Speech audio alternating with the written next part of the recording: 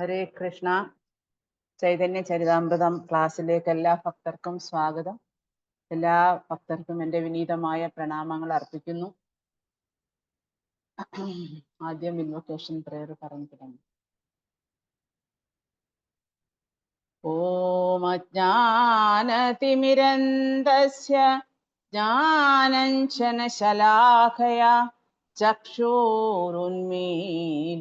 യേന തസ്മൈ ശ്രീ ഗുരവേ നമഃ. ശ്രീചൈതന്യമനോഭീഷ്ടം സ്ഥാപിതം യേന ഭൂതലേ സ്വയം രൂപകദാ മഹ്യം ദദാതി സ്വപദാന്തികം. വന്ദേഹം ശ്രീഗുരു ശ്രീയുതപദകമലം ശ്രീഗുരൂൻ വൈഷ്ണവാംശ്ച ശ്രീരൂപം സാഗ്രജാതം സഹഗണ രഘുനാഥാന്വിതം തം സജീവം സാദ്വൈതം സാവധൂതം പരിജന സഹിതം കൃഷ്ണ ചൈതന്യദേവം ശ്രീരാധാ കൃഷ്ണപാദാൻ സഹഗണ ലളിതാ ശ്രീ വിശാഖാന്വിതാംശ്ച. ഹേ കൃഷ്ണ കരുണാ സിന്ധോ ദീനബന്ധോ ജഗത്പദേ ഗോപേശ ഗോപികാകാന്ത രാധാകാന്ത നമോസ്തുതേ. തപ്ത കാഞ്ചന ഗൗരംഗി രാധേ വൃന്ദാവനേശ്വരി വൃഷഭാനുസുതേ ദേവി പ്രണാമാമി ഹരിപ്രിയേ. വാഞ്ചകൽപതരോഭ്യസ്യ കൃപാ സിന്ധോഭ്യൈവ ച പതിതാനാം പാവനേഭ്യോ വൈഷ്ണവേഭ്യോ നമോ നമഃ. നമോ ഓം വിഷ്ണുപാദായ കൃഷ്ണപ്രേഷ്ഠായ ഭൂതലേ ശ്രീമതേ ഭക്തിവേദാന്ത സ്വാമിന്നിധി നാമിനേ. നമസ്തേ സരസ്വതി ദേവേ ഗൗരവാണി പ്രചാരിണേ നിർവിശേഷ ശൂന്യവാദി പാശ്ചാത്യദേശതാരിണേ. ജയ ശ്രീ കൃഷ്ണ ചൈതന്യ പ്രഭു നിത്യാനന്ദ ശ്രീ അദ്വൈത ഗദാധാര ശ്രീവാസാദി ഗൗരഭക്തവൃന്ദ. ഹരേ കൃഷ്ണ കൃഷ്ണ കൃഷ്ണ ഹരേ ഹരേ ഹരേ രാമ രാമ രാമ ഹരേ ഹരേ. ഹരി ഓം തത്സത്. ജയ ജയ ശ്രീ ചൈതന്യ ജയ നിത്യാനന്ദ ജയ അദ്വൈത ചന്ദ്ര ജയ ഗൗരഭക്തവൃന്ദ. ജയ ജയ ശ്രീ ചൈതന്യ ജയ നിത്യാനന്ദ ജയ അദ്വൈത ചന്ദ്ര ജയ ഗൗരഭക്തവൃന്ദ. ജയ ജയ ശ്രീ ചൈതന്യ ജയ നിത്യാനന്ദ ജയ അദ്വൈത ചന്ദ്ര ജയ ഗൗരഭക്തവൃന്ദ. ഹരേ കൃഷ്ണ കൃഷ്ണ കൃഷ്ണ ഹരേ ഹരേ ഹരേ രാം രാം രാം ഹരേ ഹരേ. ഹരേ കൃഷ്ണ കൃഷ്ണ കൃഷ്ണ ഹരേ ഹരേ ഹരേ രാമ രാമ രാമ ഹരേ ഹരേ. ഹരേ കൃഷ്ണ കൃഷ്ണ കൃഷ്ണ ഹരേ ഹരേ ഹരേ രാം രാം രാം ഹരേ ഹരേ. ഹരേ കൃഷ്ണ. ചൈതന്യ ചരിതാമൃതം ക്ലാസ്സിലേക്ക് എല്ലാ ഭക്തർക്കും സ്വാഗതം. ശ്രീല ഗുരുദേവ് കി ജയ്, പ്രഭുപാദ് കി ജയ്, ചൈതന്യ ചരിതാമൃതം കി ജയ്, പഞ്ചതത്വ ഭഗവാൻ കി ജയ്, നിത്യ ഗൗര പ്രേമാനന്ദേ ഹരി. നമ്മൾ ഇന്നിവിടെ ചർച്ച ചെയ്യുന്നത് ശ്രീ ചൈതന്യ ചരിതാമൃതം ആദിലീല അധ്യായം 8 ശ്ലോകം 16 മുതലാണ്. ഗ്രന്ഥകർത്താവ് കൃഷ്ണന്റെയും ഗുരുവിന്റെയും ആജ്ഞകൾ സ്വീകരിക്കുന്നു. അപ്പം എല്ലാവർക്കും എൻ്റെ വിനീതമായ പ്രണാമങ്ങൾ. എൻ്റെ ശിക്ഷാഗുരുക്കന്മാർക്കും എൻ്റെ ദീക്ഷാഗുരുവിനും പാദങ്ങളിൽ എൻ്റെ പ്രണാമങ്ങൾ. ഓം നമോ ഭഗവതേ വാസുദേവായ. ഓം നമോ ഭഗവതേ വാസുദേവായ. ഓം നമോ ഭഗവതേ വാസുദേവായ. ബഹുജന്മ കരയതി ശ്രവണ കീർത്തന താബൂതാന പായ കൃഷ്ണ പദേ പ്രേമധാന. ബഹുജന്മ കരയതി ശ്രവണ കീർത്തന താബൂതാന പായ കൃഷ്ണ പദേ പ്രേമധാന. വിവർത്തനം. ഹരേ കൃഷ്ണ മഹാമന്ത്ര ജപത്തിൽ 10 നാമ അപരാധങ്ങൾ വന്നുപെടുന്ന പക്ഷം അനേകം ജന്മങ്ങളോളം നാമജപം പരിശീലിച്ചാലും ഒരുവന് ജപത്തിന്റെ അന്തിമ ലക്ഷ്യമായ ഭഗവത് പ്രേമം നേടാൻ കഴിയുകയില്ല. ഹരേ കൃഷ്ണ. ഗ്രന്ഥകർത്താവ് പറയുകയാണ്, കൃഷ്ണദാസ കവിരാജ ഗോസ്വാമി. അദ്ദേഹം ശ്രീ ചൈതന്യ ചരിതാമൃതം രചിക്കുന്നതിന് മുമ്പ് അദ്ദേഹം ഗ്രന്ഥകർത്താവിന്റെയും ഗുരുവിന്റെയും കൃഷ്ണന്റെയും ഒക്കെ ആജ്ഞകൾ സ്വീകരിച്ചു തന്നെയാണ് അദ്ദേഹം ആ പരമ്പരയുടെ, അതാണ് പരമ്പരയ്ക്ക് വളരെ പ്രാധാന്യമാണ് കൃഷ്ണാവബോധത്തിൽ, അതായത് ഭക്തിമാർഗത്തില് പരമ്പരയുടെ അനുഗ്രഹം, ഗുരുവിന്റെ അനുഗ്രഹം, ആചാര്യന്മാരുടെ അനുഗ്രഹം. വിശേഷിച്ച് നമ്മൾ കൃഷ്ണാവബോധത്തിലുള്ളവർക്ക് പഞ്ചതത്വം എന്ന് പറയുന്നത് ശ്രീ ചൈതന്യ മഹാപ്രഭുവിനെ ആരാധിക്കാനും, അപ്പൊ നമ്മൾ മുൻപുള്ള ശ്ലോകങ്ങളിലെല്ലാം പറഞ്ഞ അത് തന്നെയാണ്. പഞ്ചതത്വം നമ്മൾ ജപിക്കുന്ന എന്തിനാണ്, അല്ലെങ്കിൽ പഞ്ചതത്വം എന്താണ്, അല്ലെങ്കിൽ അഥവാ പഞ്ചതത്വത്തെ നമ്മൾ എന്താ അവഗണിച്ചു കഴിഞ്ഞാൽ നമുക്ക് ഭക്തിമാർഗത്തിലുള്ള പുരോഗതിക്ക് തടസ്സപ്പെടും. അപ്പൊ ഇതൊക്കെ നമുക്ക് തരുന്ന കൂടുതൽ ഇൻഫർമേഷൻസ് ആണ്. ശ്രീല പ്രഭുപാദ അത് വളരെ വിപുലീകരിച്ച് നമ്മളോട് അതിനെക്കുറിച്ച് അതിന്റെ ഭാവാർത്ഥത്തിലൊക്കെ അതിനകത്ത് പറഞ്ഞിട്ടുണ്ട്. അപ്പൊ നമ്മൾ എപ്പോഴും എന്താണ് ഇതിനകത്ത് പറയുന്നതെന്ന് വെച്ച് കഴിഞ്ഞാൽ, ചില ആൾക്കാർ അനേക വർഷങ്ങൾ, ഇപ്പം ഗുരു മഹാരാജൊക്കെ പറഞ്ഞ് ഞാൻ കേട്ടിട്ടുണ്ട്, അതായത് ചില 10 വർഷങ്ങൾ 12 വർഷങ്ങളൊക്കെ കഴിഞ്ഞാലും ചിലര് നാമം ജപിക്കും. പക്ഷെ ആ നാമജപം എന്ന് പറയുന്നത് ചൈതന്യ മഹാപ്രഭുവിനെ അംഗീകരിക്കാത്ത ആൾക്കാരായി, ഈവൻ ഹരേ കൃഷ്ണ പ്രസ്ഥാനത്തിൽ വരുന്നവരായാലും അവരുടെ അശ്രദ്ധ മൂലം, അല്ലെങ്കിൽ ചൈതന്യ മഹാപ്രഭുവിനെ അനുസരിക്കാതെ, അല്ലെങ്കിൽ അദ്ദേഹത്തിന്റെ പഞ്ചതത്വത്തിന്റെ അനുഗ്രഹം ഒന്നും നേടാതെ അവര് വർഷങ്ങളോളം നാമം ജപിക്കും. പക്ഷെ നാമജപം എപ്പോഴും നമ്മളെ ശുദ്ധീകരിക്കുന്നതാണ്. പക്ഷെ നമുക്ക് എപ്പോഴും സിദ്ധി ഉണ്ടാകണം. അതായത് നമുക്ക് കൃപാസിദ്ധി, നിത്യസിദ്ധി, അതേപോലെ സാധന സിദ്ധി, അങ്ങനെ 3 തരത്തിലുള്ള സിദ്ധികളുണ്ട്. അതായത് ഗുരുവിന്റെ കൃപ, അതായത് നമ്മള് വൈഷ്ണവരുടെ, ഗുരുവിന്റെ, ആചാര്യന്മാരുടെ ഒക്കെ കൃപയോടുകൂടി, അത് ചിലർക്ക് അങ്ങനെ പറഞ്ഞതുപോലെ ഒരു പ്രത്യേക അനുഗ്രഹം കിട്ടും. ഗുരുവിനെ കൂടുതൽ ആശ്രയിക്കുകയും ഇപ്പൊ ശ്രീല പ്രഭുപാദിന്റെ ഒക്കെ ഡിസൈപ്പിൾസ് എന്ന് വെച്ച് കഴിഞ്ഞാൽ പാശ്ചാത്യ നാട്ടിൽ അവർക്ക് കൃഷ്ണനെ ഒന്നും അറിയില്ല. അവർക്ക് ആകെ അറിയാവുന്ന ശ്രീല പ്രഭുപാദിനെ മാത്രമേ ഉള്ളൂ. അവർ ആ ഗുരുവിനെ അത്രയും ഭഗവാനെയൊക്കെ അവരോടൊപ്പം ചേർത്ത് നിർത്തി ആരാധിച്ചവരാണ്. അപ്പൊ അതുകൊണ്ടാണ് അവർക്കൊക്കെ ഇത്രമാത്രം പെട്ടെന്ന്, അതായത് ഭൗതികതയുടെ കൊടുമുടിയിൽ ഇരുന്നവരാണെങ്കിൽ പോലും അവരെ എത്രയും വേഗം ശുദ്ധീകരിച്ച് അവരെ കൃഷ്ണാവബോധത്തിൽ സന്യാസിമാര് വരെ ആക്കാൻ ശ്രീല പ്രഭുപാദയ്ക്ക് കഴിഞ്ഞത് ആ ഗുരുവിന്റെ കൃപാകടാക്ഷം കൊണ്ടാണ്. അതാണ് കൃപാസിദ്ധി. പിന്നെ നമ്മള് സാധാരണഗതി, നമ്മൾക്ക് ഗുരുവിന്റെ നമ്മൾ സാധാരണക്കാരാണ്. നമ്മൾ സാധാരണഗതിയിലെ ഗുരുവിന്റെ അനുഗ്രഹത്തിന് വേണ്ടി പ്രാർത്ഥിക്കുകയും ഗുരുവിനെ സ്വീകരിക്കുകയും ഒക്കെ ചെയ്തെങ്കിലും നമ്മൾ വെറും എന്താ പറയാ ബദ്ധ ആത്മാക്കളാണ്. അപ്പൊ ഈ ബദ്ധ ആത്മാക്കൾക്ക് നമുക്ക് ഇപ്പം ഗുരുവിനെ എപ്പോഴും നമുക്ക് നേരിട്ട് കാണാൻ പറ്റുന്നില്ല, ഗുരുവിന്റെ നേരിട്ടുള്ള നിർദ്ദേശങ്ങൾ നമുക്ക് കിട്ടുന്നില്ല, നമ്മൾ ഗുരുവിന്റെ പ്രതിനിധികളിലൂടെ. പക്ഷെ എന്നാലും സിൻസിയർ ആയിട്ടുള്ള ആത്മാർത്ഥമായിട്ടുള്ള ഭക്തര് പെട്ടെന്ന് കൃഷ്ണ കോൺഷ്യസിൽ അഡ്വാൻസ് ആകും. അപ്പം അത് പിന്നെ ഗുരുവിന്റെ നിർദ്ദേശങ്ങൾ അനുസരിച്ച്, അതായത് നമ്മൾ ദിവസവും നിഷ്കർഷയോടുകൂടി 16 മാല ജപിക്കുക, ഭഗവാനെയും ഗുരുവിനെയും ആരാധിക്കുക, പിന്നെ അതുപോലെ തന്നെ റെഗുലേറ്റീവ് പ്രിൻസിപ്പിൾസ് ഫോളോ ചെയ്യുക. അപ്പൊ ഇങ്ങനെയൊക്കെ നമുക്ക് അതാണ് സാധന സിദ്ധി. ആ സാധനാ ഭക്തിയിൽ കൂടി, അല്ലെങ്കിൽ നമ്മൾ ആ സാധനയിൽ കൂടി നമ്മൾ വളർത്തിയെടുക്കുന്ന അല്ലെങ്കിൽ നമുക്ക് നേടിയെടുക്കുന്ന സിദ്ധി, അല്ലെങ്കിൽ ആ ഒരു അനുഗ്രഹമാണ് സാധന സിദ്ധി. പിന്നീടുള്ളത് നിത്യസിദ്ധിയാണ്. നിത്യസിദ്ധി എന്ന് പറഞ്ഞു കഴിഞ്ഞാൽ മുക്താത്മാക്കള്, അവര് ഇപ്പം നാരദമുനിയെ പോലുള്ള അതീവ ശ്രേഷ്ഠരായിട്ടുള്ള മുനിമാര്, അവരൊക്കെ ഭക്തിയുടെ എന്താ പറയാ, അതായത് കൊടുമുടിയിൽ, അതായത് ഭക്തിയുടെ ഏറ്റവും അങ്ങേയറ്റം എക്സ്ട്രീം തലത്തിൽ സ്ഥിതി ചെയ്യുന്ന ആൾക്കാരാണ്. അപ്പൊ അവർക്കൊക്കെ നിത്യസിദ്ധി ഉള്ളവരാണ്. അപ്പൊ അങ്ങനെയൊക്കെ ഉള്ളവരുടെയൊക്കെ അനുഗ്രഹം നമ്മളെ പോലെയുള്ള ബദ്ധ ജീവാത്മാക്കൾക്ക് അത്യന്താപേക്ഷിതമാണ്. പക്ഷെ അങ്ങനെയൊക്കെ ചൈതന്യ മഹാപ്രഭുവിനെ, അല്ലെങ്കിൽ പഞ്ചതത്വത്തെ, അല്ലെങ്കിൽ ഗുരുപരമ്പരയൊക്കെ അംഗീകരിക്കാതെയൊക്കെ പല വർഷങ്ങളോളം നാമം ജപിച്ചാലും അവർക്ക് പ്രത്യേകിച്ച് ഭക്തിയുത സേവനത്തിന്റെ തലം പ്രാപിക്കാൻ ഒരു സാധ്യതയും ഇല്ലെന്നാണ് ഇവിടെ ശ്രീല പ്രഭുപാദ പറയുന്നത്. അപ്പം അതുപോലെ ഭക്തി സിദ്ധാന്ത സരസ്വതി ഠാക്കൂർ പറയുന്നുണ്ട്. അതായത് ചൈതന്യ മഹാപ്രഭുവിന്റെ ശിഷ്ടാശ്രമത്തിൽ പറയുന്നത് എന്താണ്, അതായത് ഉപദേശങ്ങൾ കർശനമായിട്ട് നമ്മൾ തുടരണം. നമുക്ക് ഇപ്പം അദ്ദേഹം പറയുന്നത്, അതായത് ചൈതന്യ മഹാപ്രഭു ശിഷ്ടാശ്രമത്തിൽ 3-ാമത്തെ പറയുന്നത് എന്താ, ത്രിനാഥപി സുനീച്ഛേന തരൂരവി സഹിഷ്ണുന അമാനിനാമാനദേന കീർത്തനീയ സദാ ഹരിഹി.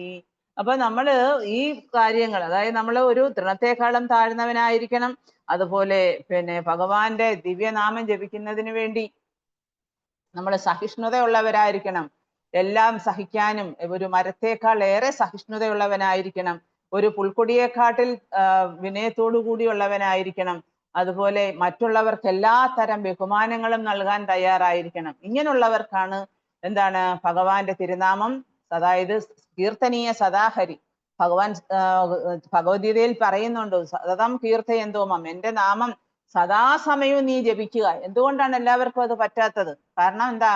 നമ്മുടെ മനസ്സിൽ അഹങ്കാരം, ഫോൾസ് ഈഗോ എപ്പോഴും ഉണ്ടാകുന്നതാണ്. ഫോൾസ് ഈഗോ, ഞാൻ എന്ന ഭാവം, ഞാൻ എന്ന ആ അഹങ്കാരം നമ്മുടെ മനസ്സിൽ നിന്ന് വിട്ടുപോകാതെ നമ്മൾ, അതാണ് ചൈതന്യ മഹാപ്രഭുവിന്റെ അദ്ദേഹം കാട്ടിത്തന്നതും അദ്ദേഹത്തിന്റെ നിർദ്ദേശങ്ങളും അദ്ദേഹം നമ്മളെ പഠിപ്പിച്ചതും ഇതെല്ലാത്തിൻ്റെയും അടിസ്ഥാനം എന്ന് പറയുന്നത്, ഭക്തിമാർഗത്തിൽ മുന്നേറുന്നതിനുള്ള അടിസ്ഥാന തത്വം എന്ന് പറയുന്നത്, നമ്മൾ നാമം ജപിച്ചു വരുമ്പോൾ നമ്മുടെ ഹൃദയത്തിൽ വിനയം ഉണ്ടാകണം. അതാണ് ചിലർക്കാർക്കും അന്നേരം അഹങ്കാരം മുന്നിൽ നിൽക്കുമ്പോഴ, അതാണ് നമുക്ക് ആദ്യം പറഞ്ഞത്, അവര് ഭഗവാനെ അംഗീകരിക്കാത്ത കൊണ്ടാണ്, ഭഗവാന്റെ നിർദ്ദേശങ്ങളെ മാനിക്കാത്തത് കൊണ്ടാണ്. അങ്ങനെയുള്ളവർക്ക് ഭക്തിയുടെ സേവനത്തിന്റെ തലത്തിലേക്ക് എത്തിച്ചേരാൻ വളരെ ബുദ്ധിമുട്ടാണ്. അപ്പൊ അങ്ങനെ നമ്മള് എല്ലാ മിഥ്യാഭിമാനവും കൈവെടിഞ്ഞിട്ട് അന്യർക്ക് എല്ലാ ആദരങ്ങളും നൽകുമ്പോഴാ വൃക്ഷത്തേക്കാൾ സഹിഷ്ണുതയുള്ളവനാകണം. അപ്പൊ അങ്ങനെ ഉള്ള ഒരു ഭക്തൻ എന്താണ് എപ്പോഴും ഭഗവാന്റെ തിരുനാമം അറിയാതെ പോലും, ചൈതന്യ മഹാപ്രഭു അതാണല്ലോ കാട്ടിത്തന്നത്. അദ്ദേഹം തന്റെ ഗുരുവിൽ നിന്ന് ദീക്ഷ സ്വീകരിച്ചതിന് ശേഷം എപ്പോഴും നാമം ജപിക്കുക, എപ്പോഴും ഇങ്ങനെ ഹരിനാമം ജപിച്ച് അദ്ദേഹം മായാവാദികളോട് സംസാരിക്കുമ്പോൾ അദ്ദേഹം അതിനെക്കുറിച്ചെല്ലാം പറയുന്നുണ്ട്. നമ്മൾ അതൊക്കെ കേട്ടതാണ്. അപ്പൊ അന്നേരം പറയുന്നത് എന്താണ്? അദ്ദേഹം ഗുരുവിനോട് തന്നെ ചെന്നേച്ച് ചോദിച്ച്, ഗുരു അങ്ങ് എന്ത് തരത്തിലുള്ള മന്ത്രമാണ് എനിക്ക് തന്നിരിക്കുന്നത്? ആ മന്ത്രം അങ്ങോട്ട് ജപിക്കുമ്പോഴത്തേക്ക് എൻ്റെ ശരീരത്തൊക്കെ എന്തെല്ലാം മാറ്റങ്ങളാണ് ഉണ്ടാകുന്നത്, എനിക്ക് തന്നെ അറിയില്ല. ഞാൻ ആനന്ദ നൃത്തം ചെയ്യുന്നു, എൻ്റെ കണ്ണിൽ നിന്ന് കണ്ണുനീർ ധാരധാരയായി വരുന്നു, എനിക്ക് ശരീരത്തെ രോമാഞ്ചം കൊള്ളുന്നു. ഇതൊക്കെ എന്തുകൊണ്ടാണ്? അത് പരിശുദ്ധ ഭക്തിയാണ്. പരിശുദ്ധ ഭക്തിയുടെ പ്രതീകം, മൂർത്തിഭാവമാണ് ശ്രീ ചൈതന്യ മഹാപ്രഭു നമ്മളെ കാട്ടിത്തന്നെ. നമ്മൾ ഓരോരുത്തരും അങ്ങനെ ആവണം എന്ന് അദ്ദേഹം ഉദ്ഘോഷിക്കുന്നുണ്ട്. പക്ഷേ ദൂർദൈവം ഈ ദൃശ്യമിഹ ജനിനാനുരാഗ, അത് നമ്മളെ കുറിച്ച് തന്നെയാണ്. എന്താ?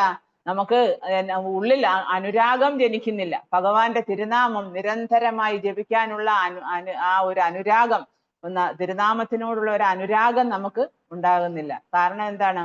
ഭൗതികമായിട്ടുള്ള കെട്ടുപാടിൽ നിന്ന് നമ്മൾ മോചിതരായില്ല എന്നാണ് അർത്ഥം. ഇനി നമ്മൾ കൂടുതൽ പ്രയത്നിക്കണം. നമ്മൾ കൂടുതൽ പ്രയത്നിച്ചാൽ മാത്രമേ നമുക്ക് കൂടുതൽ, ഇപ്പം നമ്മൾ ഓരോ അറിവുകൾ നമുക്ക് കിട്ടും തോറും നമുക്ക്, അതുകൊണ്ടാണ് ശ്രവണത്തിലൂടെ ആണ് നമ്മൾ കൂടുതൽ അറിവുകൾ നേടുന്നത്. ആ ശ്രവണത്തിലൂടെയാണ് നമ്മുടെ ജീവിതത്തിൽ മാറ്റങ്ങൾ ഉണ്ടാവേണ്ടത്. ഇപ്പൊ ഓരോ ദിവസവും നമ്മൾ ഭഗവാനെ കുറിച്ചും ഭഗവാന്റെ ഭക്തന്മാരെ കുറിച്ചും ഭക്തിയുത സേവനത്തെ കുറിച്ചും അതിന്റെ പ്രയോജനങ്ങളെ കുറിച്ചും ഒക്കെ നമ്മൾ നിരന്തരമായിട്ട് ശ്രവിക്കുമ്പോഴാണ് നമ്മുടെ ഹൃദയത്തിലെ മാലിന്യങ്ങൾ, അതേപോലെ തന്നെ ഹരേ കൃഷ്ണ മഹാമന്ത്രം നിരന്തരമായിട്ട് നമ്മൾ ജപിച്ച് നമ്മുടെ ഹൃദയത്തിൽ, നമ്മുടെ അന്തരംഗത്തിൽ മാറ്റങ്ങൾ ഉണ്ടാകണം. ആ മാറ്റങ്ങൾ ഉണ്ടായില്ലെങ്കിൽ നമുക്ക് ഭക്തി എന്താണെന്ന് മനസ്സിലാക്കാൻ പറ്റില്ല. ചൈതന്യ മഹാപ്രഭു ആരാണെന്ന് മനസ്സിലാക്കാൻ പറ്റില്ല. അദ്ദേഹത്തിന്റെ ഭാവം എന്താണെന്ന് മനസ്സിലാക്കാൻ പറ്റില്ല. അദ്ദേഹത്തിന്റെ പാർഷദന്മാരെ കുറിച്ച് നമുക്ക് മനസ്സിലാക്കാൻ പറ്റില്ല. അദ്ദേഹത്തിന്റെ ദൗത്യത്തെ കുറിച്ച് മനസ്സിലാക്കാൻ പറ്റില്ല. ഗുരു പരമ്പരയെ കുറിച്ച് നമുക്ക് മനസ്സിലാക്കാൻ പറ്റില്ല. അപ്പൊ അതുകൊണ്ടാണ് പറയുന്നത്, അതായത് ഈ നമ്മള് പിന്നീട് നമുക്ക് വരുന്ന നമ്മൾ കാട്ടിക്കൂട്ടി വെക്കുന്ന അപരാധങ്ങൾ, നമ്മൾ നാമം ജപിക്കുമ്പോഴും പല അശ്രദ്ധയോടെ ജപിക്കുക, പിന്നെ മറ്റുള്ളവരെ കുറിച്ച് കുറ്റം പറയുക, ഫോൾട്ട് ഫൈൻഡിങ്, പിന്നെ അതുപോലെ തന്നെ നമുക്ക് വിനയമില്ലാതിരിക്കുക, നമ്മുടെ ഉള്ളിൽ അഹങ്കാരം ഉണ്ടാകുക, പിന്നെ അതുപോലെ തന്നെ എന്താ ശാസ്ത്രങ്ങളെ പിന്നെ പറഞ്ഞിരിക്കുന്ന തരത്തിലുള്ള രീതിയിൽ നമ്മൾ ആ ഒരു മനോഭാവം വെച്ച് നാമം ജപിക്കുക. അങ്ങനെ 10 അപരാധങ്ങളുണ്ട്. ഈ അപരാധങ്ങളൊക്കെ ഒഴിവാക്കി കൃഷ്ണാവബോധത്തിൽ വരണം. അപ്പൊ അപരാധങ്ങളെ 10 നാമാപരാധങ്ങള് നമ്മുടെ മന്ത്രജപത്തിൽ വരുന്നത് കൊണ്ടാണ് നമ്മൾ അനേക ജന്മങ്ങളോളം നാമജപം പിന്നെ പരിശീലിച്ചാലും ആത്യന്തികമായിട്ടുള്ള ഭഗവത് പ്രേമം നേടാൻ പറ്റാത്തത്. അപ്പൊ എപ്പോഴും നമ്മൾ അലർട്ടായിരിക്കണം.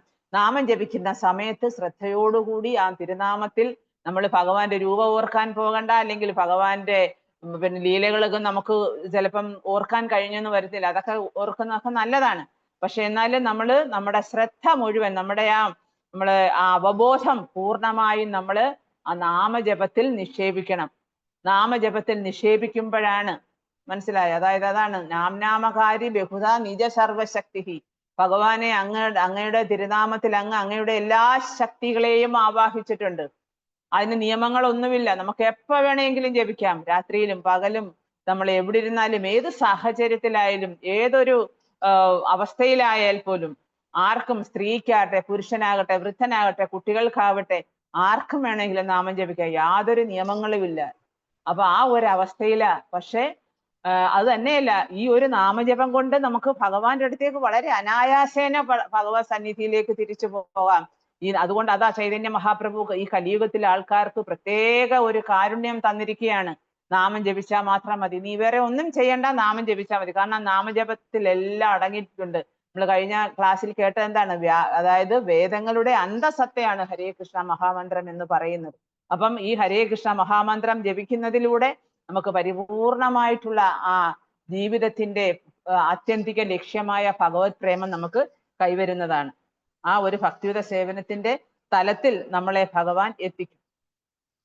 കാരണം എന്താന്ന് വെച്ച് കഴിഞ്ഞാൽ ഭഗവാന്റെ നാമവും രൂപവും തമ്മിൽ യാതൊരു വ്യത്യാസവുമില്ല, അഭിന്നമാണ്. അതായത് അഭിന്നത്വം നാമനാമിനും, നാമവും നാമിയും തമ്മിൽ യാതൊരു അന്തരവുമില്ല. അഭിന്നത്വം നാമനാമിനു. അതായത് ജപിക്കുന്ന നമ്മളിപ്പോ ആരുടെ നാമമാണോ ജപിക്കുന്നത്, ഭഗവാൻ ശ്രീകൃഷ്ണനെ നമ്മൾ ഫോട്ടോ കാണുന്നില്ല, അല്ലെങ്കിൽ ഭഗവാനെ കാണുന്നില്ല.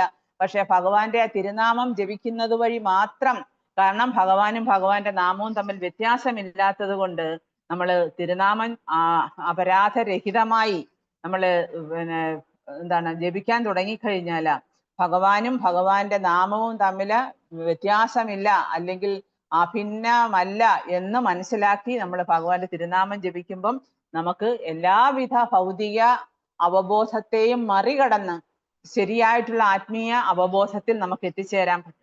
ഇപ്പൊ ഭൗതികമായിട്ടുള്ള നമ്മൾ കണക്ക് കൂട്ടുമ്പോഴ ഈ നാമവും നാമിയും തമ്മിൽ വ്യത്യാസമുണ്ട്. നമ്മൾ അതിനെ ആ ഒരു വ്യത്യാസം നമ്മൾ ദർശിക്കാൻ പറ്റും. പക്ഷെ ആത്മീയ ലോകത്തില എല്ലാം ഒരുപോലെ തന്നെയാണ്. ഇപ്പൊ ഭഗവാന്റെ ശരീരവും ഭഗവാന്റെ ആത്മാവും ഒന്ന് തന്നെയാണ്. നമുക്ക് ഈ ഭൗതിക ലോകത്ത് ദ്വന്ദ്ങ്ങളുണ്ട്, പക്ഷെ ആത്മീയ ലോകത്ത് ദ്വന്ദ്ങ്ങളില്ല.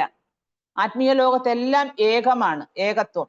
എന്ന് വെച്ചാൽ എന്താണ്? അവിടെ ഭഗവാനും മറ്റ് ഭഗവാന്റെ ഭക്തന്മാരും ഇല്ലേ? നമ്മൾ ഈ ഭൗതിക ലോകത്ത് നോക്കുമ്പം നമ്മുടെ ശരീരവും ആത്മാവും വ്യത്യാസമാണ്. നമ്മുടെ ശരീരം എന്ന് പറയുന്നത് അത് നശ്വരമാണ്, നശിച്ചു പോകുന്നതാണ്. ആത്മാവെന്ന് പറയുന്നത് ശാശ്വതമാണ്. ആൾക്കാർക്ക് ഈ ആത്മാവിനെ കുറിച്ച് യാതൊരു ബോധവും ഇല്ല. ഈ ശരീരത്തെ മാത്രം പുഷ്ടിപ്പെടുത്താനായിട്ട് കടന്ന നെട്ടോട്ട ഓടുകയാണ്. അതിനെ സംതൃപ്തിപ്പെടുത്തുക, അതല്ലെങ്കിൽ നാവിനെ തൃപ്തിപ്പെടുത്തുക, അല്ലെങ്കിൽ ഭൗതിക സുഖത്തെ അന്വേഷിച്ചുള്ള നെട്ടോട്ടമാണ്. അപ്പം ഈ ആത്മാവിനെ കുറിച്ച് യാതൊരു ധാരണയും ഭൗതിക ലോകത്ത് ആൾക്കാർക്ക് കിട്ടുന്നില്ല. ഇതൊക്കെയാണ് നമ്മുടെ സമൂഹത്തിന്റെ, അല്ലെങ്കിൽ നമ്മുടെ ഈ മനുഷ്യജന്മം എടുത്തതിന്റെ അപാകത. മനുഷ്യജന്മം എന്ന് പറയുന്നത് സുദുർലഭമാണ്. അത് നമുക്ക് ഈ ഒരു ജന്മം കിട്ടിക്കഴിഞ്ഞാൽ അതിനെ വേണ്ട വിധം അതിനെ പ്രയോജനപ്പെടുത്താനായിട്ട് ശ്രമിക്കുന്നതിന് പകരം ഇന്ദ്രിയങ്ങളെയാണ് അതായത് പുറമെ ശരീരത്തിലെ ഇന്ദ്രിയങ്ങളെ തൃപ്തിപ്പെടുത്താനാണ് എല്ലാവരും ശ്രമിക്കുന്നത്. അപ്പൊ അതുകൊണ്ടാണ് ഭഗവാനെ നമ്മള് ഭഗവാന്റെ തിരുനാമം ജപിക്കുമ്പോഴാ ഭഗവാന്റെ തിരുനാമവും ഭഗവാനും തമ്മിൽ വ്യത്യാസമില്ല. ആ നാമജപത്തിൽ മാത്രം നമുക്കിപ്പം ആൾക്കാർ പൂജ ചെയ്യും. ചിലർ വരെയും പൂജ ചെയ്താൽ വിഗ്രഹം വെച്ച് ആരാധന ചെയ്യുക. എല്ലാവർക്കും അതിനുള്ള യോഗ്യതയില്ല. അതുകൊണ്ടാണ് കലിയുഗത്തിലെ ആൾക്കാർക്ക് പ്രായേണ അല്പായുഷ സഭ്യ കലൗ അസ്മിൻ യുഗേ ജനഃ മന്ദ സുമന്ദ മതയോ മന്ദഭാഗ്യാഹി ഉപദ്രത അല്ലേ? നമ്മളത് എപ്പോഴും പറയുന്ന കാര്യങ്ങളാണ്. അതായത് കലിയുഗത്തിലെ ആൾക്കാരുടെ പ്രത്യേകത.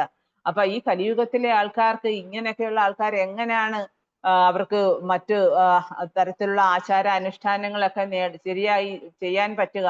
അപ്പൊ അതുകൊണ്ടാണ് ശ്രീ ചൈതന്യ മഹാപ്രഭു അദ്ദേഹം ഔദാര്യ വിഗ്രഹമാണ്, ഔദാര്യനാണ്. നമ്മളോടുള്ള ആ ഔദാര്യം കൊണ്ടാണ് അദ്ദേഹം പറഞ്ഞത് നിങ്ങൾ നാമം ജപിച്ചാൽ മതി എന്ന് പറഞ്ഞ്. അതുകൊണ്ടാണ് വേറെ ഒന്നും ചെയ്യേണ്ട, നാമം ജപിക്കുന്നതിലൂടെ തന്നെ നിങ്ങൾക്ക് പരമമായിട്ടുള്ള ശ്രേഷ്ഠമായിട്ടുള്ള ആ ഒരു തലത്തിലേക്ക് എത്തിച്ചേരാൻ പറ്റും. ഇപ്പൊ ഭഗവത് നാമത്തിന്റെ സേവകനായി പരിഗണിക്കണം സ്വയം. ഞാൻ ഈ കാരണം എന്ന് വെച്ചാൽ എന്താ, ഭഗവാനെ നമ്മൾ ഭഗവാന്റെ സേവകനാണെന്ന് പറയുന്നു. അപ്പൊ ഭഗവത് നാമത്തിന്റെയും സേവകൻ തന്നെയാണ് നാം. കാരണം എന്താണ്, ഭഗവാനും ഭഗവാന്റെ നാമവും തമ്മിൽ വ്യത്യാസമില്ല. അപ്പൊ അങ്ങനെ ഉത്സാഹ മനോഭാവത്തിൽ ഭഗവത് നാമത്തെ ലോകം മുഴുവൻ പ്രചരിപ്പിക്കുകയും ചെയ്യണം. അത് നമ്മുടെ ഒരു ഒരു ഒരു കർത്തവ്യമാണ്.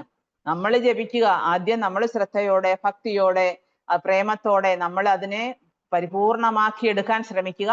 അതോടൊപ്പം തന്നെ നമ്മൾ അത് പ്രചരിപ്പിക്കാൻ നമ്മളപ്പോൾ ആ അവബോധത്തോട്, നമ്മൾ എന്ത് അവബോധത്തോടു കൂടിയാണ് നമ്മൾ മറ്റൊരാളിന് ഭക്തിയെക്കുറിച്ച് പറഞ്ഞു കൊടുക്കുന്നത്, തിരുനാമത്തെക്കുറിച്ച് പകർന്നു കൊടുക്കുന്നത്, അതേ അവബോധം അവരിലേക്ക് ട്രാൻസ്ഫർ ചെയ്യപ്പെടും. അങ്ങനെയാണ് ഗുരുവിന്റെ കൃപാകടാക്ഷം നമുക്ക് കിട്ടുന്നത്. ഇപ്പൊ ഗുരു ഹൃദയത്തിൽ നിന്ന് അടുത്ത ഹൃദയത്തിലേക്ക്, ഗുരു എങ്ങനെയാണ് നമ്മളെ അനുഗ്രഹിക്കുന്നത്? അദ്ദേഹത്തിന്റെ ഹൃദയത്തിൽ നിന്നാണ്. അദ്ദേഹം ആ ഹൃദയത്തിൽ നിന്ന് ആ ഹൃദയത്തിൽ, അതാണ് ഭക്തിലത ബീജ, ഗുരു കൃഷ്ണ പ്രസാദേ പായ ഭക്തിലത ബീജ. ഗുരുവാണ് ഒരു ശിഷ്യന് അവന്റെ ഹൃദയത്തിലേക്ക് ഭക്തിലതയുടെ ബീജം നിക്ഷേപിക്കുന്നത്. അതേപോലെയാണ് നമുക്ക് കിട്ടുന്ന അനുഗ്രഹം ഗുരുവിന്റെ. അപ്പൊ ആ ഗുരുവിൽ നിന്ന് കിട്ടുന്ന അനുഗ്രഹം നമുക്ക് കിട്ടിക്കഴിഞ്ഞാൽ നമ്മൾ ആ അനുഗ്രഹത്തെ ഏറ്റുവാങ്ങി നമ്മുടെ ഹൃദയത്തിൽ നാമത്തെക്കുറിച്ച് നാമം ജപിക്കുകയും നമ്മൾ അതേപോലെ ഭക്തിയുടെ സേവനവും ചെയ്യുമ്പം അത് മറ്റുള്ളവർ കൂടി പ്രചരണം കൊടുക്കണം, പ്രചരിപ്പിക്കണം. അത് വളരെ നിർബന്ധമുള്ള കാര്യമാണ്. എന്നാൽ മാത്രമേ നമുക്ക് അതിന്റെ സിദ്ധി കിട്ടത്തുള്ളൂ. നമ്മൾ അത് അതുകൊണ്ടാണ് ശ്രീല പ്രഭുപാദ പറയുന്നത് ഒരു ചണ്ടാളിന് പോലും ജഗദ്ഗുരു ആകാമെന്ന്. കാരണം നമ്മളൊക്കെ അതേപോലുള്ള ആൾക്കാരാണ്. നമ്മള് കൂടുതൽ കൃഷ്ണാവബോധത്തിലേക്ക് വരുംതോറും നമ്മൾ ശുദ്ധീകരിക്കപ്പെടുമ്പോഴാണ്. ഇപ്പം ഒരു ബ്രാഹ്മണൻ, ശ്രീല പ്രഭുപാദ പറഞ്ഞിട്ടുണ്ട്, ഒരു ബ്രാഹ്മണൻ അദ്ദേഹത്തിന് ഒരു പക്ഷേ ഒരു വൈഷ്ണവനാകാത്തിടത്തോളം കാലം ഒരു ഗുരുവാകാൻ കഴിഞ്ഞെന്ന് വരില്ല.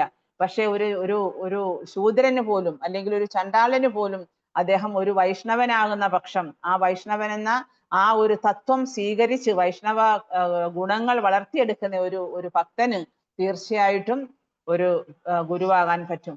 അപ്പൊ അതൊക്കെ വളരെ ഇമ്പോർട്ടൻ്റ് ആയിട്ടുള്ള കാര്യമാണ്. അപ്പം ആ മനോഭാവത്തോടെ നമുക്ക് അപരാധരഹിതമായിട്ട് ദിവ്യനാമം കീർത്തനം ചെയ്യുന്ന ഒരാള് ദിവ്യനാമവും ഭഗവാനും തമ്മിൽ ഭിന്നമല്ല എന്ന് ബോധ്യം വരും. അപ്പം അതാണ് എപ്പോഴും പറയുന്നത്. അതായത് കാരണം കലിയുഗത്തിൽ കലികാലേ നാമരൂപേ കൃഷ്ണ അവതാർ അല്ലേ? അതായത് കൃഷ്ണന്റെ നാമരൂപത്തിലാണ് ഭഗവാൻ ശ്രീകൃഷ്ണൻ അവതരിച്ചിരിക്കുന്നത്. അപ്പം ഭഗവാൻ അവതരിക്കുന്ന ഈ നാമരൂപത്തിൽ അവതരിക്കുന്നതുകൊണ്ട് ആ നാമത്തെ നമ്മൾ പരിപൂർണമായും നമ്മുടെ ഹൃദയത്തിലേക്ക് ചേർത്ത് പിടിച്ചു വേണം നമ്മൾ നാമം ജപിക്കാൻ. കാരണം ഇത് തന്നെയാണ് ഭഗവാൻ, ഈ നാമം തന്നെയാണ് ഭഗവാൻ. ഈ ഭഗവാനും ഈ നാമവും തമ്മിൽ യാതൊരു അന്തരവും ഇല്ല. അഭിന്നത്വം നാമനാമിനോ എന്ന് പറയുന്നത് അതുകൊണ്ടാണ്. നാമ ചിന്താമണി കൃഷ്ണ ചൈതന്യ രസവിഗ്രഹ പൂർണ്ണശുദ്ധോ നിത്യമുക്തോ അഭിന്നത്വം നാമനാമിനു എന്ന് വെച്ചാൽ അത് പത്മപുരാണത്തിൽ പറയുന്ന ഒരു ശ്ലോകമാണ്.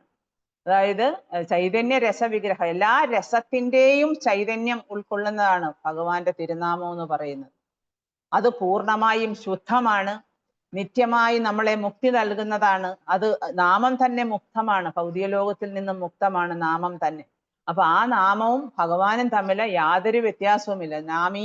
നാമവും തമ്മിൽ യാതൊരു വ്യത്യാസവുമില്ല. അപ്പൊ അതുകൊണ്ടാണ് നമ്മൾ ഭഗവാന്റെ തിരുനാമം ചെയ്യുമ്പോഴാ നമ്മളുമായിട്ടുള്ള കണക്ഷൻ, ആ ബന്ധം നമ്മൾ അവിടെയാണ് തുടങ്ങുന്നത്. നമ്മൾ കഴിഞ്ഞ ക്ലാസ്സിലൊക്കെ പറഞ്ഞാണ് സംബന്ധ അഭിധേയ പ്രയോജന. അപ്പൊ ആ സംബന്ധം എന്ന് വെച്ചാൽ എന്താണ്? ഭഗവാന്റെ തിരുനാമം ജപിക്കുമ്പോഴാണ് നമ്മൾ ഭഗവാനുമായിട്ട് ബന്ധപ്പെടുന്നത്. നമ്മൾ ഭഗവാനുമായിട്ടുള്ള ബന്ധം പുനഃസ്ഥാപിക്കുന്നത് അതുവഴിയാണ്. നമ്മൾ എല്ലാം മറന്നുപോയി കിടക്കുമായിരുന്നു. ഭഗവാൻ ആരാണ്, ഞാൻ ആരാണ്, ഞാൻ എന്തിനാണ് ഈ ലോകത്ത് വന്നത്, എന്തുകൊണ്ട് ഞാൻ കഠിനാധ്വാനം ചെയ്യുന്നു, എന്തുകൊണ്ടാണ് ഞാൻ ക്ലേശങ്ങൾ അനുഭവിക്കുന്നത്, ഇതിനൊക്കെ ഉത്തരം അതാണ്. ഒരു ജിജ്ഞാസു ആയിരിക്കണം എപ്പോഴും. നമ്മൾ എപ്പോഴും നമ്മുടെ ഹൃദയത്തിൽ ചോദ്യങ്ങൾ ഉണ്ടാകണം. ഇത്രയും നാളൊക്കെ കാരണം എന്ന് വെച്ചാൽ ഭൗതിക ലോകത്തിന്റെ മായാലോകത്തിൽ ഞാൻ ഈ ശരീരമാണ്, ഈ ശരീരത്തോട് ബന്ധപ്പെട്ടതെല്ലാമാണ് എൻ്റെ എല്ലാം. അതുകൊണ്ട് ഞാൻ അങ്ങനെ മായാ വലയത്തിൽ പെട്ടുപോയതാണ് നാം ഓരോരുത്തരും. ഭഗവാനെ മറന്നു പോയത് കൊണ്ടാണ്. പക്ഷേ ആ ഒരു ബന്ധം വീണ്ടെടുക്കാൻ, വീണ്ടും അത് പുനഃസ്ഥാപിക്കാൻ നമ്മൾ നാമജപത്തിലൂടെയാണ് നമ്മൾ തുടക്കം കുറിക്കുന്നത്. ഒരു വീട് വെക്കുന്നതിന് നമ്മൾ അടിസ്ഥാനം ഇടും, അതായത് അടിത്തറ കെട്ടും. അതാണ് ആ വീടിനെ താങ്ങി നിർത്തുന്ന അടിത്തറ. അത് നമ്മളിപ്പം ഭക്തിയുത സേവനത്തിന്റെ അടിത്തറ അല്ലെങ്കിൽ ഭക്തിയുത സേവനത്തിന്റെ ഉൾക്കാമ്പ് അല്ലെങ്കിൽ അന്തസത്ത എന്ന് പറയുന്ന ഹരേ കൃഷ്ണ മഹാമന്ത്ര ജപമാണ്. മന്ത്രം ജപിക്കാതെ നമ്മൾ, ചില ആൾക്കാർക്ക് മന്ത്രജപത്തിനോട് വലിയ താല്പര്യം കാണില്ല. ഞാൻ കണ്ടിട്ടുണ്ട് അങ്ങനെ പല ആൾക്കാരും. അവർക്ക് വേറെ എന്തെല്ലാം സേവനം ചെയ്യാനും വലിയ ഇഷ്ടമാണ്, പൂജ ചെയ്യാനും അല്ലെങ്കിൽ മറ്റു കാര്യങ്ങളൊക്കെ. പക്ഷെ നാമം ജപിക്കാൻ അവർക്ക് ഭയങ്കര മടിയാണ്. അതിനൊക്കെ അതാ ഭഗവാന്റെയും കൂടെ അനുഗ്രഹം ഉണ്ടാവണം നമുക്ക് നാമം ജപിക്കാനായിട്ട്.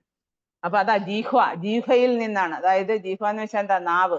ജിഹ്വാദവും, അതായത് നമ്മുടെ നാവിൽ നിന്നാണ് നമ്മുടെ തുടക്കം. നമ്മൾ ആദ്യം കേൾക്കുന്നു ശ്രവണത്തിലൂടെ.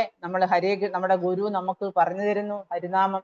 പിന്നെ നമ്മൾ ആ നാമം ജപിക്കാൻ തുടങ്ങുന്നു. അപ്പൊ അങ്ങനെ ദിവ്യനാമം കീർത്തനം ചെയ്യുമ്പോഴാ നമ്മുടെ ജീഹയിൽ നിന്നാണ് നമ്മൾ തുടങ്ങുന്നത്, അല്ലെ? അതായത് സേവോന്മുഖേഹി ജിഹ്വാദൗ സ്വയം ഏവ സ്വരത്യത. ദിവ്യനാമത്തിന്റെ സേവനത്തിൽ മുഴുകുമ്പോൾ ദിവ്യനാമം നമ്മുടെ നാവിൽ പ്രത്യക്ഷമാകുന്നു. നമ്മുടെ ഒരുപാടിലെ എന്താ പറയാ, കാളിയന്റെ ഉള്ളിലെ വിഷം ഭഗവാൻ ചവിട്ടി നൃത്തം ചെയ്തിട്ടാണ് അവന്റെ ഉള്ളിലിരുന്ന വിഷമെല്ലാം പുറത്തു കളഞ്ഞത്. അതേപോലെ നമ്മുടെ നാവ് കൊണ്ട് നമ്മൾ നാമം ജപിക്കുമ്പോൾ നമ്മുടെ നാവിൽ ഭഗവാനും രാധാറാണിയും നൃത്തം ചെയ്യും. നൃത്തം ചെയ്ത് നമ്മുടെ ഹൃദയത്തിലെ, നമ്മുടെ ഉള്ളിലിരിക്കുന്ന എല്ലാ മാലിന്യങ്ങളും പോവും. അങ്ങനെ പരിശുദ്ധീകൃതമാകും. അപ്പൊ അതൊക്കെ നമ്മൾ നാമം ജപിക്കുന്ന സമയത്ത് നമ്മൾ ആ അവബോധത്തോടു കൂടി ജപിക്കണം. രാധയും കൃഷ്ണനും എൻ്റെ ഈ ഓരോ നാമത്തിലും അവരുടെ സാന്നിധ്യമുണ്ട്. ഹരേ കൃഷ്ണ കൃഷ്ണ കൃഷ്ണ ഹരേ ഹരേ, ഹരേ രാമ രാമ രാമ ഹരേ ഹരേ എന്ന് ജപിക്കുമ്പോൾ നമ്മുടെ ആ നാമത്തിൽ, നമ്മുടെ നാവിൽ എന്തുണ്ട്? രാധയും കൃഷ്ണന്റെയും സാന്നിധ്യം ഉണ്ട്. നമുക്കത് സ്വയം അനുഭവിക്കാൻ കഴിയും. നമ്മൾ അത്രമാത്രം ശ്രദ്ധയോടെ, അത്രമാത്രം ആത്മാർത്ഥതയോടെ അതുകൊണ്ടാണ് പഞ്ചതത്വത്തിനോട് പ്രാർത്ഥിക്കണം എന്ന് പറയുന്നത്. ആദ്യം പഞ്ചതത്വത്തിനോട് നമ്മൾ പ്രാർത്ഥിക്കണം. പഞ്ചതത്വാത്മകം കൃഷ്ണം ഭക്തരൂപ സ്വരൂപകം ഭക്ത്യാവതാരം ഭക്ത്യാഖ്യം നമാമി ഭക്തിശക്തികം, അല്ലേ? അതായത് ഭക്തിയുടെ ഈ ഭൗതിക ലോകത്ത് ഭക്തി പ്രചരിപ്പിക്കുന്നതിന് വേണ്ടി ഭഗവാനും, അതുപോലെ ഭഗവാന്റെ ശക്തി, ഭക്തൻ, അതുപോലെ ഭഗവാന്റെ തന്നെ എന്താ പറയാ വിസ്തരണം, ഇങ്ങനെ ഭഗവാൻ ശ്രീ ചൈതന്യ മഹാപ്രഭു, ഭഗവാൻ ശ്രീകൃഷ്ണൻ, ബലരാമനായ നിത്യാനന്ദ പ്രഭു, സദാശിവൻ, അതായത് മഹാവിഷ്ണുവും അതുപോലെ ശിവനും സദാശിവനും കൂടെ ചേർന്ന അദ്വൈതാചാര്യ, പിന്നെ അതുപോലെ ഭഗവാന്റെ അന്തരംഗ ശക്തി ഗദധാര പണ്ഡിത, ഭഗവാന്റെ ഏറ്റവും അടുത്ത ഭക്തനായ നാരദമുനി ശ്രീവാസാങ്കൻ, ഇവരെല്ലാവരും കൂടെ ചേർന്ന ഒരു തത്വമാണത്. അതൊരു വലിയ രഹസ്യമാണ്. അപ്പൊ അതാണ് ഭഗവാൻ ഈ ഭൗതിക ലോകത്ത് കലിയുഗത്തില് അവതരിച്ചപ്പോഴാ കൃഷ്ണവർണം തുഷാകൃഷ്ണം സാങ്കോപാങ്കാസ്ത്രപാർഷദം യജ്ഞൈ സങ്കീർത്തന പ്രായേർ യജന്തിഹി സുമേധസഹ. എന്തിനു വേണ്ടിയാണ്? അദ്ദേഹം തന്റെ പാർഷദന്മാരുമായിട്ട്, അദ്ദേഹം തന്റെ സേവകന്മാരുമായിട്ട് അദ്ദേഹം സങ്കീർത്തനം പ്രചരിപ്പിക്കാനായിട്ട് അദ്ദേഹം ഭൗതിക ലോകത്ത് വന്നു. അപ്പൊ എന്നിട്ട് അതായത് കലിയുഗത്തിലെ ആൾക്കാരെന്ന് വെച്ച് കഴിഞ്ഞാല് കലിയുഗം വളരെ മോശമായിട്ടുള്ള സമയം, ഒരു കാലമാണ്, അല്ലെങ്കിൽ ഒരു യുഗമാണ്. അപ്പൊ ഈ കലിയുഗത്തില് നമ്മള് ഭഗവാനെ പ്രാപിക്കുക, ആത്മസാക്ഷാത്കാരം ലഭിക്കുക എന്ന് പറഞ്ഞാൽ വളരെ ബുദ്ധിമുട്ടുള്ള കാര്യമാണ്, നമ്മൾ നേരത്തെ പറഞ്ഞതുപോലെ. അപ്പൊ അതിനുവേണ്ടിയാണ് അദ്വൈതാചാര്യന് അദ്ദേഹം അവരെല്ലാം ഒരേപോലെ ഒരേ സമയത്തല്ല വന്നത്. ആദ്യം അദ്വൈതാചാര്യൻ വന്നു, അദ്ദേഹം പ്രാർത്ഥിച്ചു ഭഗവാനെ ഈ കലിയുഗത്തിലെ ആൾക്കാരെ ഒന്നും നേടിക്കൊടുക്കാനൊന്നും എനിക്ക് ഒറ്റയ്ക്കൊന്നും പറ്റത്തൊന്നുമില്ല, അങ്ങ് തനിച്ച് തീർച്ചയായിട്ടും വന്നേ പറ്റൂ. അദ്ദേഹം അങ്ങനെ എല്ലാ ദിവസവും സാലഗ്രാമശില കൊണ്ടുവന്ന് ഗംഗാജലത്തില് അഭിഷേകം ചെയ്ത് തുളസി അർപ്പിച്ച് ഭഗവാനോട് കൈയെടുത്ത് കരഞ്ഞു പ്രാർത്ഥിച്ചതിന്റെ ഫലമായിട്ടാണ് ഭഗവാൻ ശ്രീ ചൈതന്യ മഹാപ്രഭു വന്നത്. അദ്ദേഹം സന്യാസം സ്വീകരിച്ചു. കാരണം അദ്ദേഹത്തെ കലിയുഗത്തിൽ ആൾക്കാർ ചിലര് നിന്ദിക്കാൻ തുടങ്ങി, അംഗീകരിച്ചില്ല. അപ്പൊ അദ്ദേഹം വിചാരിച്ചെന്താ, ഞാൻ ഈ രീതിയിൽ പോയി കഴിഞ്ഞാല് എൻ്റെ അവതാര ഉദ്ദേശം നടപ്പിലാകില്ല, കാരണം എല്ലാവരും ഒന്നും അംഗീകരിക്കുന്നില്ല. പിന്നീടാണ് അദ്ദേഹം സന്യാസം സ്വീകരിച്ചത്. സന്യാസം സ്വീകരിച്ചു കഴിഞ്ഞാൽ ഒരു സന്യാസിയോട് എല്ലാവരും റെസ്പെക്ട് ഉണ്ടാകും. അപ്പൊ അങ്ങനെ എന്നെ റെസ്പെക്ട് ചെയ്യട്ടെ, അങ്ങനെ അവർക്ക് ആ ആത്മസാക്ഷാത്കാരം നേടാം. അത്ര കനിവുള്ള ആളാണ്, ഔദാര്യശീലനാണ് ഭഗവാൻ ശ്രീ ചൈതന്യ മഹാപ്രഭു. അതൊക്കെ കലിയുഗത്തിൽ ജനിച്ച അല്ലെങ്കിൽ കലിയുഗത്തിൽ പിന്നെ ജന്മമെടുത്ത നമ്മുടെ ഓരോരുത്തരുടെയും കൃഷ്ണാവബോധത്തിൽ വന്ന ഓരോരുത്തരുടെയും മഹാഭാഗ്യമാണ് നമ്മൾ ഇങ്ങനെ ഈ ഒരു കൃഷ്ണാവബോധത്തിൽ വരാനും ചൈതന്യ മഹാപ്രഭുവിന്റെ നിർദ്ദേശങ്ങളും അദ്ദേഹം നൽകിയ ഈ ഔദാര്യം സ്വീകരിക്കാനും അതുപോലെ നമുക്ക് കിട്ടിയ ഗുരുക്കന്മാരുടെ അനുഗ്രഹം ഇതെല്ലാം എന്ന് വെച്ചാൽ തീർച്ചയായിട്ടും അനുഗ്രഹം തന്നെയാണ്. എത്രയോ ജനങ്ങൾ, കോടിക്കണക്കിന് ജനങ്ങളുണ്ട്. എന്തുകൊണ്ടാണ് എല്ലാവർക്കും കൃഷ്ണാവബോധം കിട്ടാത്തത്? കാരണം എല്ലാവർക്കും ഇത് സ്വീകരിക്കാനുള്ള ആ ഭാഗ്യം ഇല്ല. കലിയുഗത്തിലെ ആൾക്കാർക്ക് എല്ലാവർക്കും പക്ഷെ എല്ലാവർക്കും വേണ്ടിയാണ് ഭഗവാൻ വന്നത്. ഭഗവാന് പക്ഷാഭേദം ഒന്നുമില്ല. എല്ലാവർക്കും സമഭാവനയോടുകൂടിയാണ് ഭഗവാൻ എല്ലാവരെയും കാണുന്നത്. പക്ഷേ മഴ പെയ്യുമ്പോഴാ അല്ലെങ്കിൽ സൂര്യൻ ഉദിക്കുമ്പം ചില സ്ഥലങ്ങൾ ഇരുണ്ട ഭാഗമാണ്, അവിടത്തേക്ക് സൂര്യരശ്മികൾ പ്രവേശിക്കത്തില്ല. ആകാശത്തുനിന്ന് മഴ വർഷിക്കുമ്പോഴാ പല സ്ഥലത്തും എല്ലാ സ്ഥലത്തും ഒരേപോലെ മഴ ചെല്ലുമെങ്കിലും കൃഷിയിടങ്ങളിൽ മഴ വീഴുമ്പോൾ അത് അതേപോലെ എന്താ പറയാ കൃഷിയിടങ്ങളിലെ മണ്ണ് സ്വീകരിക്കും ആ വെള്ളത്തിനെ. പക്ഷെ പാറപ്പുറത്ത് വീഴുമ്പോൾ അത് തെറിച്ചു പോകും എന്ന് പറയുന്ന പോലെ ഭഗവാൻ ഈ അനുഗ്രഹം എല്ലാവർക്കും ഒരേപോലെ ചൊരിയുന്നുണ്ടെങ്കിലും അത് സ്വീകരിക്കാൻ ചിലര് മുന്നോട്ട് വരുന്നില്ല. അത് അവരുടെ ദൗർഭാഗ്യമാണ്, കലിയുഗത്തിന്റെ ദൗർഭാഗ്യമാണ്. പക്ഷെ എന്നാലും ശ്രീ ചൈതന്യ മഹാപ്രഭുവിന്റെ അനുഗ്രഹം അദ്ദേഹത്തിന്റെ പാർഷദന്മാരുടെ നിത്യാനന്ദ പ്രഭുവിന്റെ അല്ലെങ്കിൽ അദ്വൈതാചാര്യയുടെ ഗദധാര പണ്ഡിതയുടെ അതേപോലെ ശ്രീവാസാചാര്യയുടെ അവരുടെ പഞ്ചതത്വത്തിന്റെ ആ കൂട്ടായിട്ടുള്ള ആ ഒരു പഞ്ചതത്വ ഭഗവാന്റെ അനുഗ്രഹം എന്ന് പറയുന്നത് അത് സ്വീകരിക്കാനായിട്ട് അതിന് ഭാഗ്യം സിദ്ധിച്ച വളരെ ചുരുക്കം ആൾക്കാർ മാത്രമേ അതാണ് കൃഷ്ണാവബോധത്തിലേക്ക് വന്നത്. അപ്പൊ അതിനും നമുക്ക് ഇതൊന്നും പഞ്ചതത്വത്തെ കുറിച്ച് എന്താണെന്നറിയില്ല, ചൈതന്യ മഹാപ്രഭു ആരാണെന്നറിയില്ല കൃഷ്ണാവബോധത്തിൽ വരുന്നതിന് മുമ്പ്. അതിനുമെല്ലാം ശ്രീല പ്രഭുപാദയാണ് അതിനെല്ലാം ഉത്തരവാദി. നമ്മൾ എപ്പോഴും അത് ഓർക്കണം. എപ്പോഴും ഉത്തരവാദി എന്ന് പറയുന്നത് ശ്രീ ചൈതന്യ മഹാപ്രഭുവാണ്.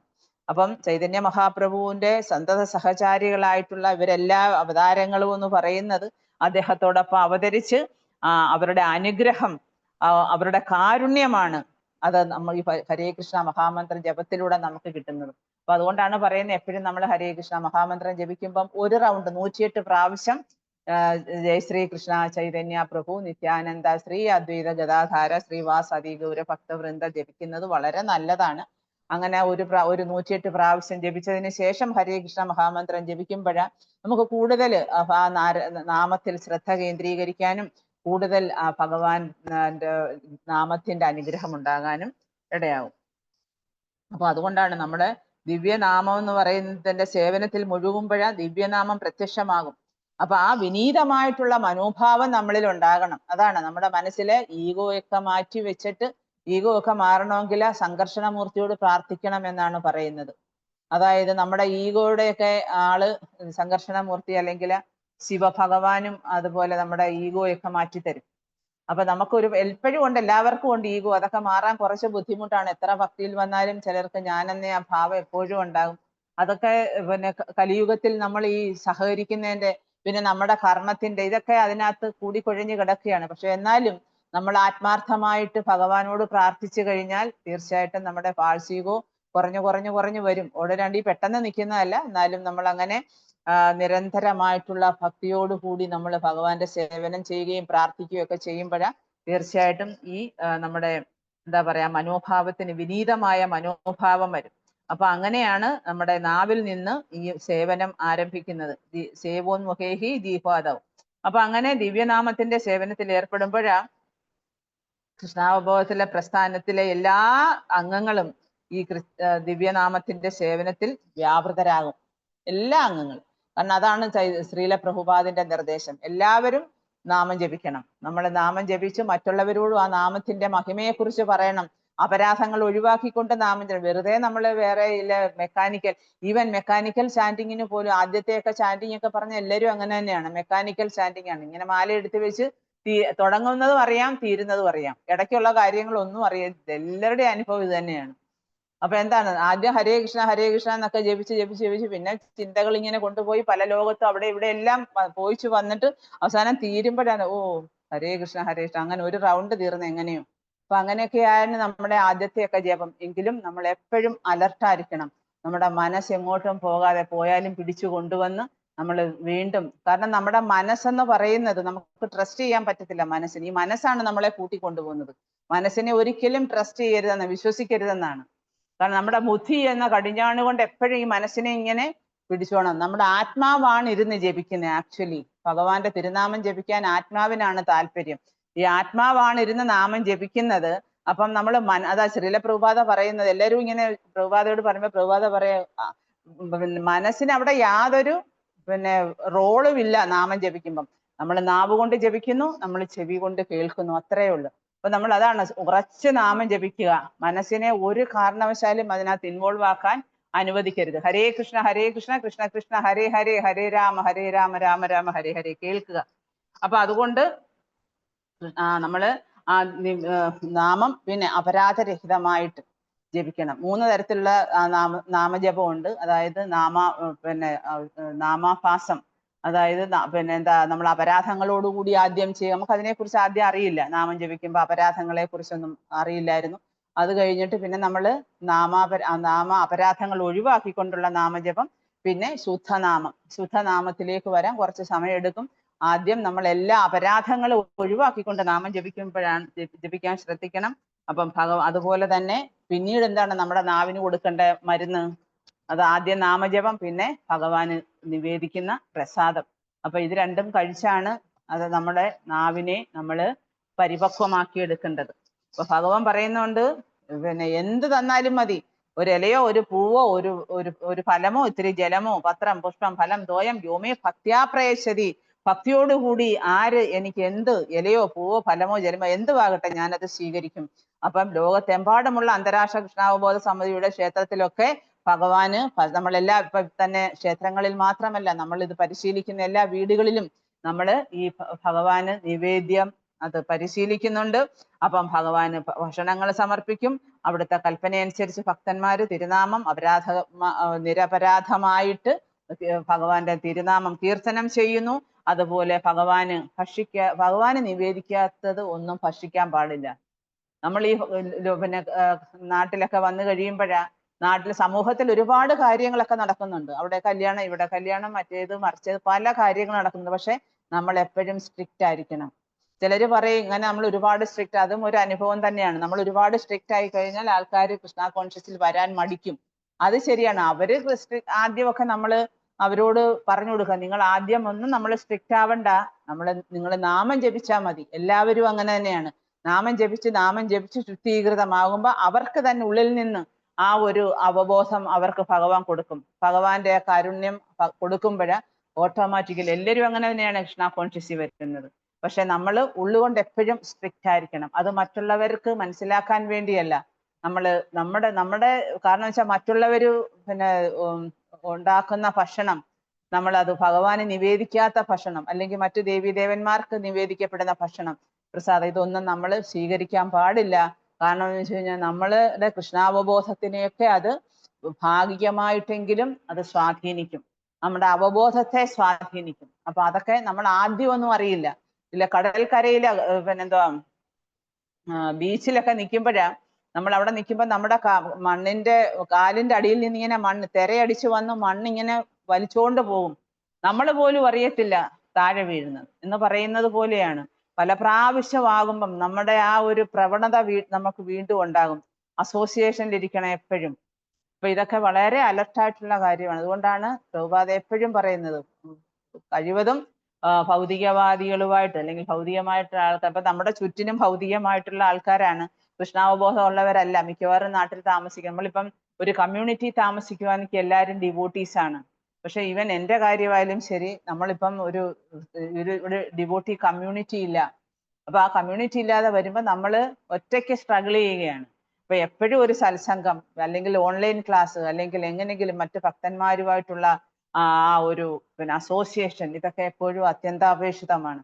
അല്ലെങ്കിൽ നമ്മൾ അറിയാതെ, നമ്മൾ പോലും അറിയില്ല എപ്പോഴാണ് നമ്മുടെ നമ്മളെ ആ മായിക വലയത്തിലേക്ക് പിടിച്ചിടുന്നത്. അതുകൊണ്ടാണ് എപ്പോഴും ശ്രീല പ്രഭുപാദ പോയി ഭഗവാനെ പ്രാർത്ഥിക്കുമ്പോഴാ അദ്ദേഹത്തിന്റെ ശിഷ്യന്മാര് ചോദിക്കും, പ്രഭു പ്രഭുപാദ അങ്ങ് എന്താണ് ഭഗവാനോട് പ്രാർത്ഥിക്കുന്നത്? അന്നേരം പറയുന്നത്, എന്നെ മായയിലേക്ക് വലിച്ചിഴക്കരുതേ, എന്നെ മായയിലേക്ക് കൊണ്ടുപോകരുതേ, മായയിൽ നിന്ന് മോചിപ്പിക്കണേ. അപ്പൊ നമ്മളായാലും എപ്പോഴും ഭഗവാനോട് പ്രാർത്ഥിക്കേണ്ട ആ ഒരു കാര്യമാണ്, നമ്മളെ മായയിൽ നിന്ന് മോചിപ്പിക്കണേ, മായയിലേക്ക് നമ്മൾ അറിയാതെ പോലും നമ്മൾ മായയിലേക്ക് വീണു പോകരുതേ എന്നാണ്. കാരണം നമുക്ക് പിടിച്ചു നിൽക്കാനുള്ള അസോസിയേഷൻ എന്ന് പറയുന്നത് നമ്മുടെ ഭക്തസംഘമാണ്. അപ്പൊ ആ ഭക്തസംഘത്തിലിരിക്കുമ്പോൾ നമുക്ക് ഭയങ്കര ഒരു പ്രൊട്ടക്ഷനാണ് ഭക്തസംഘത്തിലിരിക്കുമ്പോൾ. അപ്പൊ നമുക്ക് എപ്പോഴും ഭക്തിയുത സേവനത്തിന്റെ നമ്മുടെ നാവിനാണ് ധർമ്മം എന്ത്? ഹരേ കൃഷ്ണ മഹാമന്ത്ര ജപം, അതുപോലെ പ്രസാദം ഭക്ഷിക്കുക. ശ്ലോകം 17. ജ്ഞാനത സുലഭാമുക്തിർ മുക്തിരജ്ഞാതി പുണ്യത സേവ്യം സാധന സാഹസ്രൈർ ഹരിഭക്തി സുദുർലഭ. ജ്ഞാനം വളർത്തുന്നതിലൂടെ ഒരാൾക്ക് തന്റെ ആത്മീയ സ്വരൂപം മനസ്സിലാക്കുക വഴി മോക്ഷപ്രാപ്തിക്ക് അർഹനാകാം.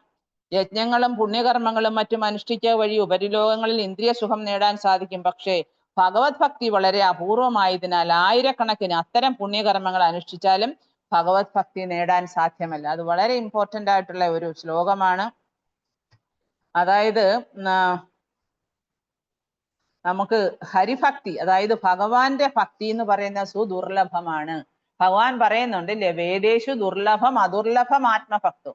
എൻ്റെ ഭക്തന്മാർക്ക് ഞാൻ വളരെ സുദുർലഭനാണ്. പക്ഷേ വേദങ്ങളിൽ കൂടിയൊക്കെ ഊളിയിട്ട് പോകുമ്പോൾ എന്നെ കിട്ടാൻ കുറച്ച് ബുദ്ധിമുട്ടാണ്, ദുർലഭമാണ്. അതേപോലെ ഇവിടെ പറയുന്നത്, അതായത് ജ്ഞാനം വളർത്തുന്നതിലൂടെ ഒരാൾക്ക് ആത്മീയ സ്വരൂപം വീണ്ടെടുക്കാൻ പറ്റും. പിന്നെ യജ്ഞങ്ങളൊക്കെ പുണ്യകർമ്മങ്ങളും ചെയ്യുമ്പോൾ ഉപരിലോകങ്ങളിൽ ഇന്ദ്രിയ സുഖം നേടാൻ പറ്റും.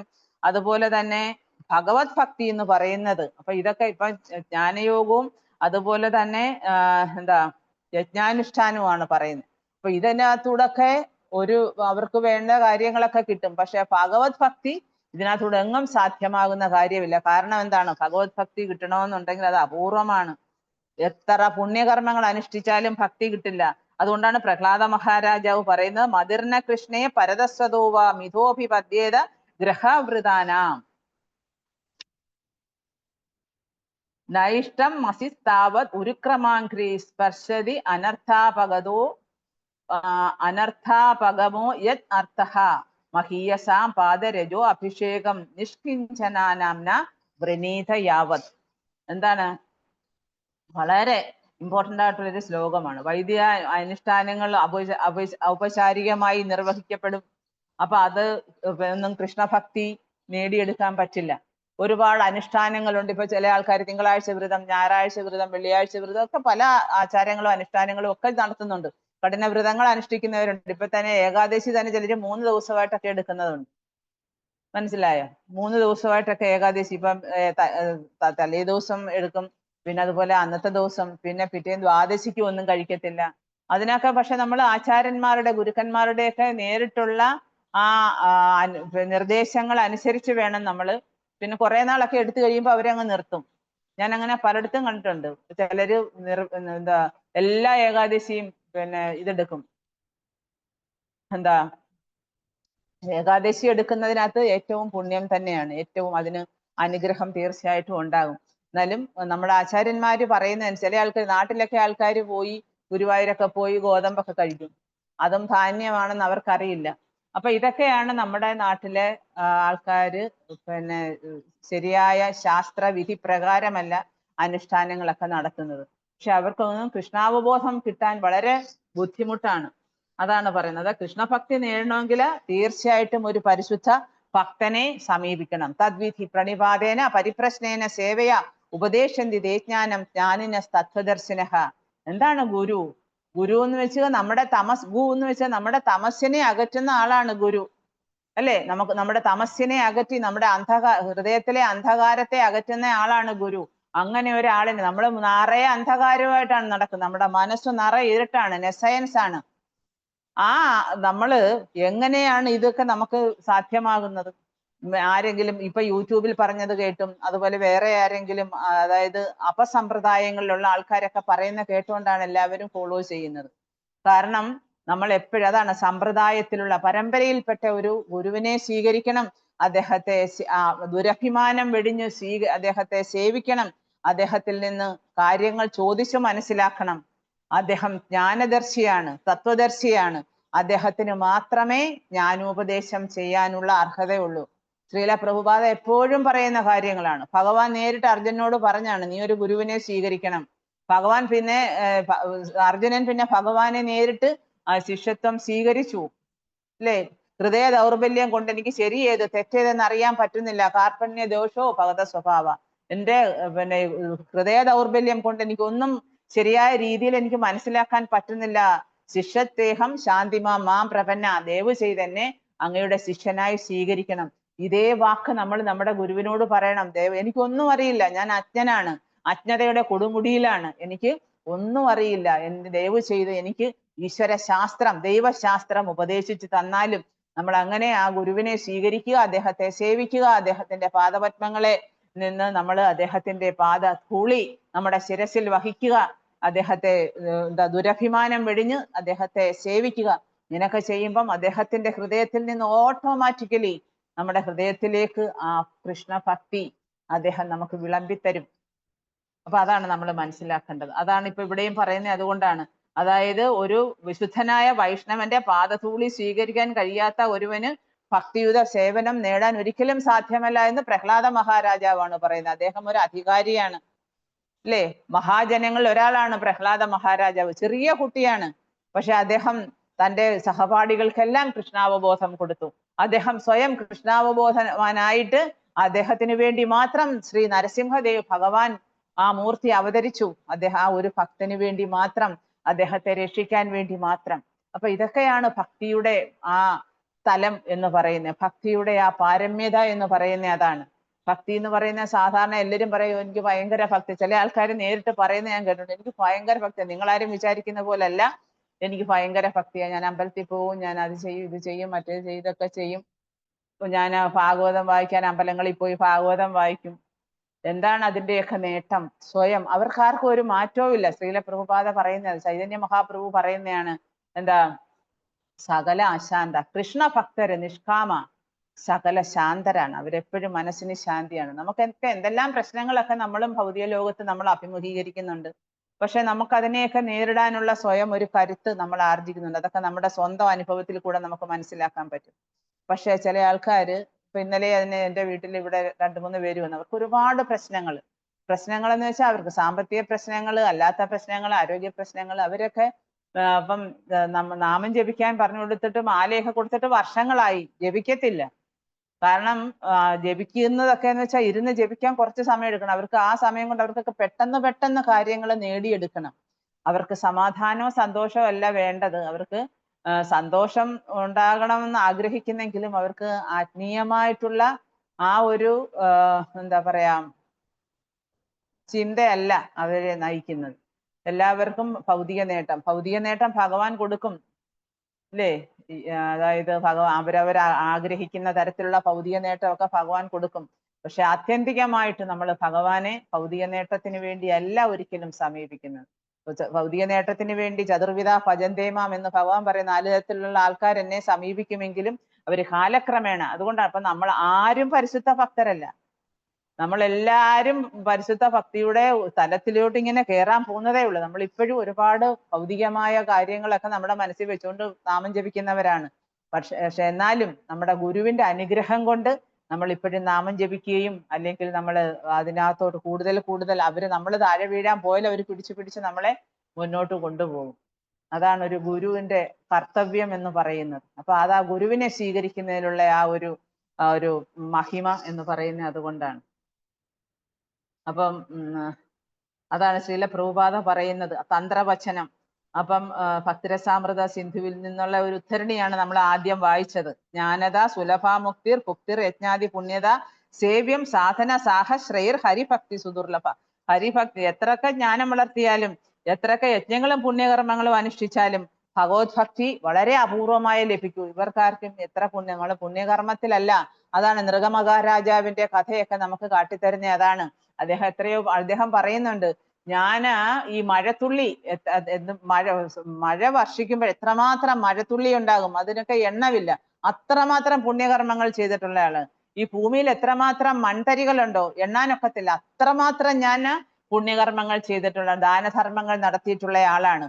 പക്ഷെ അദ്ദേഹത്തിന് ഒരു ശാപം കിട്ടി. അദ്ദേഹം ഒരു ഓന്തിന്റെ ഒരു രൂപം സ്വീകരിക്കേണ്ടി വന്നു. പക്ഷെ അദ്ദേഹത്തിന് ഭാഗ്യമുണ്ടായി. ഭഗവാന്റെ സ്വയം കരസ്പർശത്താൽ അദ്ദേഹത്തിന്റെ മൂലസ്വരൂപം തിരിച്ചു കിട്ടി. അപ്പൊ എന്ന് പറയുന്നത് പോലെ നമ്മള് ഭഗവത് ഭക്തി എന്ന് പറയുന്നത് അത്ര ഈസി ആയിട്ട് പിന്നെ കിട്ടുന്നതല്ല. നമ്മൾ എത്രമാത്രം നിഷ്ഠയോടുകൂടി ആത്മാർത്ഥതയോടുകൂടി കർശനമായിട്ട് വളരെ സ്ട്രിക്റ്റ് ആയിട്ട് നമ്മൾ കൃഷ്ണാവബോധം പരിശീലിച്ചാൽ മാത്രമേ നമ്മുടെ ജീവിതത്തിൽ കൃഷ്ണാവബോധം നമ്മളെ സഹായിക്കത്തുള്ളൂ. അതൊക്കെ അല്ലെങ്കിൽ നമ്മൾ പിന്നെയും വീണ്ടും വീണ്ടും ജനിക്കാനും അല്ലെങ്കിൽ വീണ്ടും പിന്നെ ഭൗതിക ലോകത്ത് കിടന്ന് അലഞ്ഞു തിരിയാന് വീണ്ടും ഇടയാക്കും.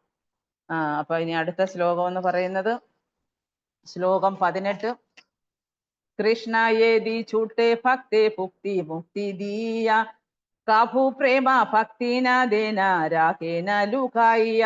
ഒരു ഭക്തന് ഭഗവാനിൽ നിന്ന് മോശമോ ഇന്ദ്രിയ സുഖ ഭോഗമോ വേണമെങ്കിൽ കൃഷ്ണൻ ഉടനെ അത് നൽകുന്നു. പക്ഷെ പരിശുദ്ധമായ ഭക്തിയുത സേവനം അവിടുന്ന് ഗുപ്തമാക്കി വെക്കുന്നു. അതാണ് വളരെ ഇമ്പോർട്ടന്റ് ആണ്. കാരണം നമുക്ക് കിട്ടുന്ന ഭക്തി എന്ന് പറയുന്നത് അത് ഗുപ്തമാണ്. അതാണ് എല്ലാവർക്കും ഒന്നും ഭഗവാൻ ഭക്തി കൊടുക്കില്ല എന്ന് പറയുന്നത്. ഭഗവാനിൽ നിന്ന് ചിലര് മോശം ആഗ്രഹിക്കും. അതാണ് ധർമാർത്ഥ കാമ മോശം. പുരുഷാർത്ഥങ്ങളിലെ അവസാനം മുക്തി എല്ലാ ആൾക്കാരും ആഗ്രഹിക്കും. എനിക്ക് മുക്തി കിട്ടിയാൽ മതിയെന്ന്. ഒന്നും പ്രവർത്തിച്ചില്ലെങ്കിലും മുക്തി ആഗ്രഹിക്കും. ഭഗവാൻ അത് കൊടുക്കും. പിന്നെ അതുപോലെ ഇന്ദ്രിയ സുഖഭോഗം പുണ്യകർമ്മങ്ങളൊക്കെ അനുഷ്ഠിച്ച് അവര് പിന്നെ സ്വർഗലോകത്തിൽ പോയി ഇന്ദ്രിയ സുഖം അനുഭവിക്കാനുള്ള ആ ഒരു അനുഗ്രഹവും കൊടുക്കും. പക്ഷെ പരിശുദ്ധമായ ഭക്തിയുത സേവനം ഗുപ്തമാക്കി അതൊക്കെ ആത്മാർത്ഥതയുള്ള കാൻഡിഡേറ്റ്സിനുള്ളതാണ്. നമുക്കൊന്നും അതിനുള്ള യോഗ്യതയൊന്നുമില്ല. പിന്നെ നമ്മുടെ ആചാര്യന്മാര് വിശേഷിച്ച് ശ്രീല പ്രഭുപാദിന്റെ അനുഗ്രഹം കൊണ്ട് മാത്രം നമ്മളൊക്കെ കൃഷ്ണാവബോധത്തിലാണ് നിൽക്കുന്നതെന്നെങ്കിലും പറയുമെങ്കിലും ചെയ്യാം അറ്റ്ലീസ്റ്റ്. കാരണം നമുക്ക് അതിനുള്ള യോഗ്യതയില്ല. നമുക്കതിനുള്ള പിന്നെ എന്താ പറയാ അതിനുള്ള ആ എഡ്യൂക്കേഷൻ വളരെ കുറവാണ്. പക്ഷെ എന്നാലും എന്താണ് നമ്മുടെ ആചാര്യന്മാരുടെയും ഗുരുക്കന്മാരുടെയും ഒക്കെ അനുഗ്രഹം കൊണ്ട് അതാണ് കൃപാസിദ്ധി നമ്മൾക്കും കുറച്ചെങ്കിലുമൊക്കെ കിട്ടുന്നത് കൊണ്ടാവാം ഒരു പക്ഷെ നമുക്ക് നാമം ജപിക്കാനും നിരന്തരം 16 മാല ജപിക്കാനും അതുപോലെ തന്നെ എന്തെങ്കിലുമൊക്കെ സേവനം ചെയ്യാനും ഭഗവത് പ്രസാദം കഴിക്കാനും ഈവൻ ചൈതന്യ ചരിതാമൃതം എന്ന് പറയുന്നത് അതായത് ഈ കൃഷ്ണദാസ കവിരാജ് ഗോസ്വാമി പറയുന്നുണ്ട്, എനിക്കാണെങ്കിൽ എനിക്ക് കണ്ണ് കാണില്ല, എനിക്ക് കണ്ണ് കാണത്തില്ല, എനിക്ക് സംസാരിക്കാൻ കഴിവില്ല, എനിക്ക് പേന പിടിച്ച് എഴുതാനുള്ള ശക്തിയില്ല, ഞാനിങ്ങനെ എൻ്റെ ദേഹമൊക്കെ വിറയ്ക്കുക. 95 വയസ്സോട് ആയി അദ്ദേഹത്തിന് ചൈതന്യ ചരിതാമൃതം എഴുതാൻ പറയുമ്പോഴേ. അപ്പൊ എന്നിട്ട് അദ്ദേഹം പറയുന്നു, അദ്ദേഹം മദനമോഹന ക്ഷേത്രത്തിൽ പോയി അവിടെ ചെന്ന് ഭഗവാനോട് അനുഗ്രഹം ചോദിക്കുമ്പം മദനമോഹന ഭഗവാന്റെ എന്താ പറയാ കഴുത്തിൽ നിന്ന് ഒരു മാല ഊരി താഴെ വീണു. പൂജാരി എടുത്ത് അത് അദ്ദേഹത്തിന് അണിയിച്ചു കൊടുക്കും. അപ്പൊ അദ്ദേഹം മനസ്സിലാക്കും, ഇതാണ് എൻ്റെ അനുഗ്രഹം, മദനമോഹന്റെ അനുഗ്രഹമാണിത്. അപ്പൊ എന്ന് പറയുന്ന പോലെ നമുക്ക് ഭഗവാന്റെ അനുഗ്രഹം. അപ്പൊ അദ്ദേഹം പറയുന്ന ഏതാണ്, എനിക്കിതൊന്നും കഴിവില്ലെങ്കിൽ ഞാൻ എങ്ങനെ ഇത് എഴുതി? അപ്പൊ നമ്മൾക്ക് അറ്റ്ലീസ്റ്റ് നമുക്ക് ബോധമുള്ള സമയമാണിപ്പം. ആ ബോധമുള്ള സമയത്തെങ്കിലും നമ്മൾ ഭഗവാനോട് പ്രാർത്ഥിച്ച് നല്ലതുപോലെ നാമമൊക്കെ ജപിച്ച് അതുപോലെ തന്നെ പിന്നെ ആ ഭക്തി നമ്മൾ കൂടുതൽ എത്രമാത്രം നമ്മുടെ ഭക്തി നമുക്ക് ഉയർത്തി കൊണ്ടുവരാവോ അത്രയും ആ ഭക്തി ഉയർത്തി കൊണ്ടുവരിക. ശ്ലോകം 19. രാജൻ പതിർ ഗുരുറലം ഭവതാം യദൂനാം ദൈവം പ്രിയ കുലപതി ക്വച കിങ്കരോവഹ അസ്ത്വയേവം അംഗ ഭഗവാൻ ഭജതാ മുകുന്ദോ മുക്തിം ദദാതി കർഹിചിസ്മന. ഭക്തിയോഗം ശുഖമഹർഷി പറയുകയാണ്, പ്രിയപ്പെട്ട പരിശുദ്ധ മഹാരാജൻ, പരമപുരുഷനായ കൃഷ്ണൻ അങ്ങയെ സഹായിക്കാൻ എല്ലായ്പ്പോഴും തയ്യാറാണ്. അവിടുന്ന് അങ്ങയുടെ യജമാനനും ഗുരുവും ദൈവവും ഉറ്റമിത്രവും കുടുംബനാഥനുമാണ്. അവിടുന്ന് ചിലപ്പോൾ അങ്ങയുടെ ഭൃത്യനായോ ആജ്ഞാനുവർത്തിയായോ പ്രവർത്തിക്കാൻ തയ്യാറാകുന്നു. അങ്ങ് മഹാഭാഗ്യവാനാണ്. എന്തുകൊണ്ടെന്നാൽ ഭക്തിയോഗത്താൽ മാത്രമേ ഈ ബന്ധം സാധ്യമാവുകയുള്ളൂ. അവിടുന്ന് അനായാസം മോക്ഷം അഥവാ മുക്തി നൽകും. പക്ഷേ അവിടുന്ന് ഒരുവിന് നിഷ്പ്രയാസം ഭക്തിയോഗം നൽകില്ല. കാരണം ആ പ്രക്രിയയിൽ അവിടുന്ന് ഭക്തനോട് കടപ്പെടുന്നു. ഇത് ശ്രീമദ് ഭാഗവതത്തിലെ 5th cantoയിലെ 6th ചാപ്റ്ററിൽ നിന്നുള്ള 18ാമത്തെ ശ്ലോകമാണ്. അപ്പൊ ഋഷഭദേവന്റെ സ്വഭാവ വിശേഷം വർണ്ണിക്കുന്നതാണ്. അപ്പൊ 6ാമത്തെ സ്കന്ധത്തിലെ ഋഷഭദേവന്റെ സ്വഭാവ വിശേഷം, അദ്ദേഹം ഭഗവാന്റെ തന്നെ ഒരു അവതാരമാണ് ഋഷഭദേവൻ. അപ്പം ഭക്തിയോഗത്തെ മോക്ഷത്തെയും തമ്മിൽ വേർതിരിച്ച് പറയുകയാണ് സുഖദേവ ഗോസ്വാമി പരിശുദ്ധ മഹാരാജാവിനോട്. അതായത് ഭക്തി എന്ന് പറയുന്നത്, മോക്ഷം എന്ന് പറയുന്നത് എല്ലാവർക്കും ഈസി ആയിട്ട് കിട്ടും. അപ്പൊ അതാണ് പറയുന്നത്. അതായത് പിന്നെ പാണ്ഡവരോടുള്ള ബന്ധം എന്തായിരുന്നു ഭഗവാന്റെ? ചില സമയത്ത് യജമാനനായിട്ട്, ചിലപ്പോൾ ഉപദേശാവായിട്ട്, സുഹൃത്തായിട്ട്, കുടുംബനാഥനായിട്ട് സേവകനായിട്ടായാലും പോലും ഭഗവാൻ പ്രവർത്തിക്കുന്ന ഭക്തി മാർഗത്തിൽ. ഇപ്പൊ അർജുനന് സുഹൃത്തായിരുന്നു, അതുപോലെ ഗോപികമാർക്ക് കാമുകനായിരുന്നു, അതുപോലെ തന്നെ എന്താ യശോദയ്ക്കും നന്ദഗോപർക്കും ഒക്കെ മകനായിരുന്നു. അപ്പൊ അങ്ങനെ ഭഗവാൻ അതുപോലെ പിന്നെ എന്താ യദുവംശത്തിലെ കുടുംബ അംഗമായിരുന്നു. അപ്പൊ പിന്നെ സേവകനായിട്ട്, അർജുനന്റെ സേവകനായിട്ട് പോലും അദ്ദേഹം പ്രവർത്തിച്ചു. അപ്പം അതുപോലെ തന്നെ ഒരിക്കൽ ഈ യുധിഷ്ഠിര മഹാരാജാവ് ഒരു കത്തെഴുതി പിന്നെ ദുര്യോധനന് കൊടുക്കാനായിട്ട് കൊണ്ടുപോയി. ദൂതനായിട്ട് വന്നു ഭഗവാൻ. അപ്പൊ എല്ലാ അഭിമാനങ്ങളെയും ഭഗവാൻ മാറ്റി വെച്ചിട്ട് തന്റെ ഭക്തന് വേണ്ടി അദ്ദേഹം പ്രവർത്തിക്കും. അതാണ് ഭക്തിയോഗം. അത് മുക്തിയിലോ അല്ലെങ്കിൽ യോഗാഭ്യാസത്തിലോ ഒന്നും നേടിയെടുക്കാൻ പറ്റുന്നില്ല. മനസ്സിലായോ? അപ്പൊ അതാണ് ഭക്തിയോഗത്തിലെ പരമ ദിവ്യോത്തമ പുരുഷനായ ഭഗവാനും ഭക്തനും തമ്മിലുള്ള ബന്ധം അതാണ് പറയുന്നത്. അതായത് ദാസ്യം, സഖ്യം, വാത്സല്യം, മാധുര്യം. അപ്പൊ അതീന്ദ്രിയ രസങ്ങളാണ് ഇതെല്ലാം. അപ്പം പിന്നെ ഒരു ഭക്തൻ മോക്ഷം കാക്ഷിക്കും. അതായത് ചില ആൾക്കാര് ഇപ്പൊ നമ്മുടെ ഭക്തിയുടെ പിന്നെ ഭക്തിമാർഗത്തിൽ വരുന്നവരായാലും മോക്ഷത്തെ കുറിച്ച് ചിന്തിക്കേണ്ടതാണെന്ന് പറയും. അതായത് പിന്നെ വില്യമംഗല താക്കുറ പറയുന്നത്, അതായത് മുകളിതാഞ്ജലി സേവതേസ്മാൻ സ്വയം, അതായത് മുക്തി എന്ന് പറയുന്നത്, മുക്തി നമ്മളിപ്പം ഭക്തിയുത സേവനം ചെയ്യുന്ന ഒരു വ്യക്തിയെ സംബന്ധിച്ചിടത്തോളം അവര് മുക്തിയെക്കുറിച്ച് ചിന്തിക്കേണ്ട ആവശ്യമില്ല. മറ്റുള്ള സാധാരണ ഈ പിന്നെ എന്താ പറയാ അതീന്ദ്രിയവാദികള്, യോഗികള് അല്ലെങ്കിൽ ജ്ഞാനികൾ, അവരൊക്കെയാണ് മുക്തിയെക്കുറിച്ച് ചിന്തിക്കുന്നത്. പക്ഷെ ഒരു ഭക്തിയോഗി ഒരിക്കലും അവര് എപ്പോഴും ഭഗവാനുമായിട്ടുള്ള ആ ബന്ധത്തിൽ അവര് എപ്പോഴും അതീന്ദ്രിയ രസം അനുഭവിക്കുകയാണ്. ദാസ്യരസമെങ്കിൽ ദാസ്യരസം. ഇപ്പം വൃന്ദാവനത്തിലെ പിന്നെ ചെടികള്, അതുപോലെ തന്നെ അവിടുത്തെ എന്താ പറയാ ഗോക്കള്, വൃക്ഷങ്ങള്, പുഷ്പങ്ങള്, ഇതെല്ലാം അവര് ജലം, ഭൂമി, ഇതെല്ലാം ശാന്തരസത്തിലാണ് അവിടെ പ്രവർത്തിക്കുന്നത്. അവരെല്ലാം ഭഗവാന്റെ ആ ബന്ധം ശാന്തരസത്തിൽ, ആ ഒരു രസത്തിലാണ് അവര്. പിന്നെ അതുപോലെ തന്നെ സഖ്യരസത്തിലെ ഗോപാല സുഹൃത്തുക്കള്, പിന്നെ അതുപോലെ മുതിർന്ന ഗോപികമാരും ഗോപന്മാരും, മാതാപിതാക്കള്, മാതുലന്മാര്, ബന്ധുക്കളൊക്കെ അവര്, പിന്നെ അതുപോലെ ഗോപികമാരെന്ന് വെച്ചാൽ അവര് പ്രണയഭാവത്തിൽ, ഇങ്ങനെയൊക്കെയാണ് ഭഗവാനെ സേവിച്ചുകൊണ്ടിരുന്നത്. അപ്പൊ അതൊക്കെ എന്ന് പറയുന്നത് ഇതൊക്കെ അതീന്ദ്രിയ ബന്ധങ്ങളാണ്. ഭഗവാന് സേവനം അനുഭവിക്കാൻ അല്ലെങ്കിൽ സേവനം അർപ്പിക്കാനായിട്ട് നിർബന്ധിതമായിട്ടുള്ള ഒരു പ്രവണത നമ്മളിൽ ഉണ്ടാവണം. ഏതെങ്കിലും തരത്തിൽ നമ്മൾ ഒരുപക്ഷെ ദാസ്യഭാവത്തിലാണ്. അതാണ് ശ്രീല പ്രഭുപാദ പറയുന്നത്, നമുക്കൊന്നും ഉന്നതമായ ആ ഒരു നിലയിലേക്ക് പോകാൻ പറ്റില്ല, നമ്മൾ ദാസ്യരാണ്. അതാണ് ചൈതന്യ മഹാപ്രഭു നമ്മളെ പഠിപ്പിച്ചത്. ഗോപി ഭർത്തൃ പദകമലയോ ദാസദാസ ദാസാനുദാസ. നമ്മളെപ്പോഴും ദാസ്യഭാവത്തിൽ, അന്നേരമാണ് നമുക്ക് ആ ദാസ്യഭാവം വരുമ്പോഴാണ് നമുക്ക് വിനയം ഉണ്ടാകുന്നത്. ഭഗവാന്റെ ഒരു ശാശ്വത സേവകനാണ് ഞാൻ, ഭഗവാന്റെ ഒരു എറ്റേണൽ സർവന്റ് ആണ്. അപ്പൊ ആ ഒരു മനോഭാവം നമ്മൾക്ക് ഉണ്ടായാലേ നമുക്ക് ആ ഭാവം, ആ എന്താ പറയാ, നമ്മൾ പറയത്തില്ലേ, അതായത് ഇപ്പം രസം, ആ രസം നമുക്ക് അനുഭവിക്കാൻ പറ്റത്തുള്ളൂ. യജമാനനും അതുപോലെ പിന്നെ എന്താ പറയാ, നമ്മള് എന്ന് പറയുന്ന ഭഗവാന്റെ സേവകരാണ്. യജമാനനും സേവകരും തമ്മിലുള്ള ബന്ധം, അതാണ് ദാസ്യഭാവം. ഇപ്പം പിന്നെ ഗോപികമാരെന്ന് പറയുന്ന അവരുടെ കാമുകനാണ്. മാധുര്യ രസത്തിലായിരുന്നു ഭഗവാനും ഗോപികമാരും തമ്മിലുള്ള ബന്ധം. മാതാപിതാക്കള് വാത്സല്യ രസത്തിൽ. അർജുനനും പാണ്ഡവരൊക്കെ എന്ന് വെച്ചാൽ അവര് സഖ്യരസത്തിലായിരുന്നു. അപ്പം പിന്നെ പക്ഷെ ഭക്തന്മാരാരും സായുജ്യ മുക്തിയോ പിന്നെ മറ്റുള്ള മുക്തികളോ ഒന്നും അവർ ആഗ്രഹിക്കാറേ ഇല്ല. ഒരു തരത്തിലുള്ള മുക്തിയും ഇപ്പൊ നമ്മൾ പറയുന്നത് സാരൂപ്യ മുക്തിയോ സാലോക്യ മുക്തിയോ സാമീപ്യോ സാക്ഷി ഒക്കെ ഒരു പക്ഷേ ഇവര് സ്വീകരിച്ചാൽ, പക്ഷെ പരിശുദ്ധ ഭക്തർ ഒരു തരത്തിലും അവര് സേവനം ചെയ്യാനേ ആഗ്രഹിക്കുന്നുള്ളൂ. എനിക്ക് മുക്തി തരണേ ഭഗവാനെ എന്ന് ഒരാളും പ്രാർത്ഥിക്കത്തില്ല. ചൈതന്യ മഹാപ്രഭു എന്തോ പറയുന്നത്, മുക്തി തരാൻ പറയുന്നുണ്ടോ? ഇല്ല. മമ ജന്മനി ജന്മനി ഈശ്വരേ ഭവതാത് ഭക്തിരഹൈതുകീ ത്വയി. അല്ലയോ ഭഗവാനെ, എനിക്കിനി എത്ര ജന്മങ്ങൾ തന്നാലും ന ധനം ന ജനം ന സുന്ദരിയും, എനിക്ക് ധനം വേണ്ട, സുന്ദരിമാരായ സ്ത്രീകളോടൊത്ത് രമിക്കണ്ട, അതുപോലെ തന്നെ എനിക്ക് പിന്നെ ശിഷ്യന്മാരും വേണ്ട. എനിക്ക് എന്താ വേണ്ടത്? എനിക്കിനി എത്ര ജന്മങ്ങൾ അങ്ങ് തന്നു, അതെല്ലാം അങ്ങയുടെ കയ്യിലാണ്. ഞാൻ അതൊന്നും, എനിക്കത് ചോദിക്കാനോ പറയാനോ ഒന്നും ഉള്ള അർഹതയില്ല. ഇനി എത്ര ജന്മങ്ങൾ തന്നാലും ശരി, അതൊക്കെ അങ്ങയെ സേവിക്കാൻ വേണ്ടിയുള്ളതായിരിക്കണം. അങ്ങയെ മറക്കാതെ എനിക്ക് അങ്ങയെക്കുള്ള ഭക്തിയുത സേവനം, അത്രയ്ക്ക് പരമശ്രേഷ്ഠമാണ് ഭക്തിയുത സേവനം എന്ന് പറയുന്നത്. അപ്പൊ അങ്ങനെ പരിശുദ്ധ ഭക്തര് ഒരിക്കലും മോശം സ്വീകരിക്കത്തില്ല. അവരെപ്പോഴും ഭഗവാന് സേവനം ചെയ്യാൻ മാത്രമേ ആഗ്രഹിക്കുന്നുള്ളൂ. എന്തെങ്കിലും ഒരു മീനിയൽ സർവന്റ്, എനിക്ക് എന്തെങ്കിലും ഒരു സേവനം ഭഗവാന് വേണ്ടി ചെയ്യണം ഞാൻ ഭഗവാന്റെ തിരുനാമം ജപിക്കണം, എനിക്ക് ഭഗവാന്റെ ഭക്തി പ്രചരിപ്പിക്കണം, എനിക്ക് ലോകമെമ്പാടും, അതൊക്കെയാണ് വലിയ വലിയ ആചാര്യന്മാരുടെ അവരുടെ ദൗത്യം തന്നെ അതാണ്.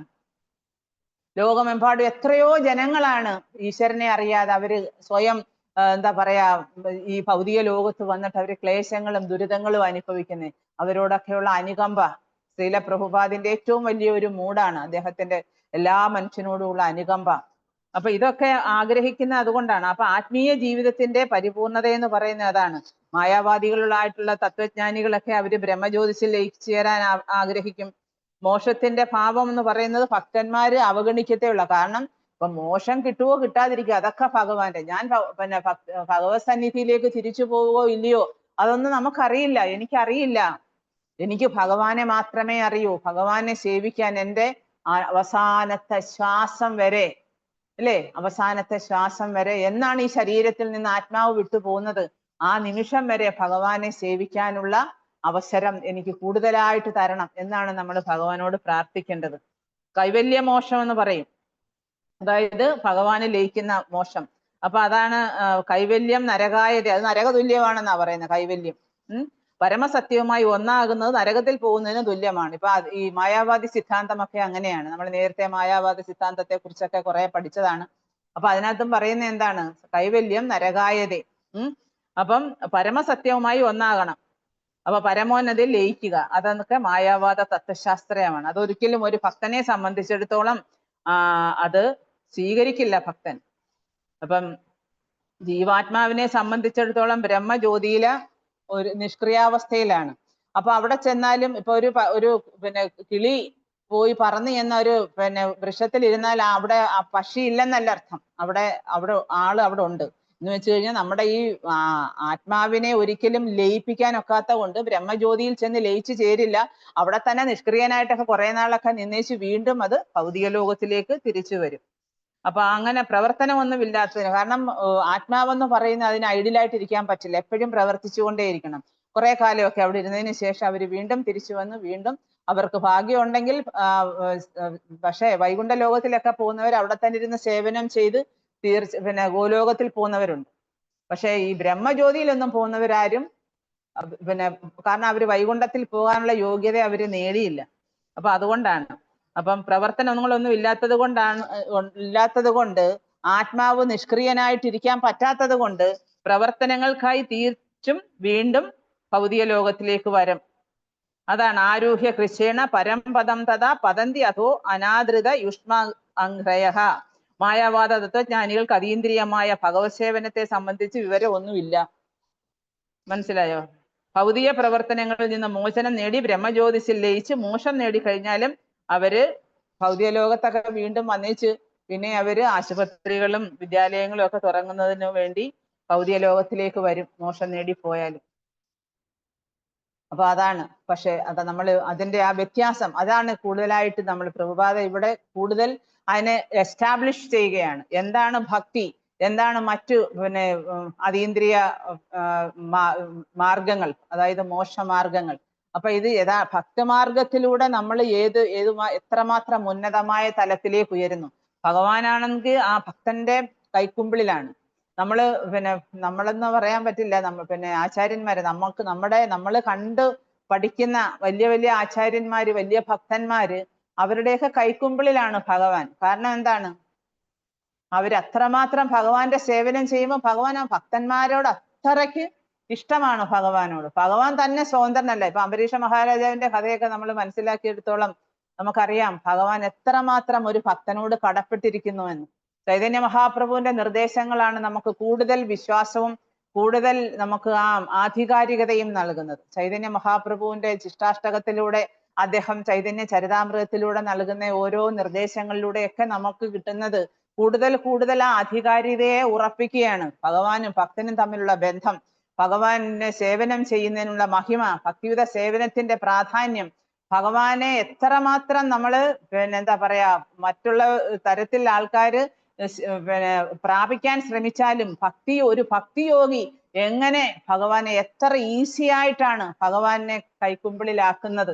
അപ്പൊ ഇതൊക്കെയാണ് ഭക്തിയുടെ ആ ഒരു മനോഹാരിത എന്ന് പറയുന്നത്. അപ്പൊ നമ്മൾ വളരെ ഭാഗ്യം ചെയ്ത ആൾക്കാരാണ്.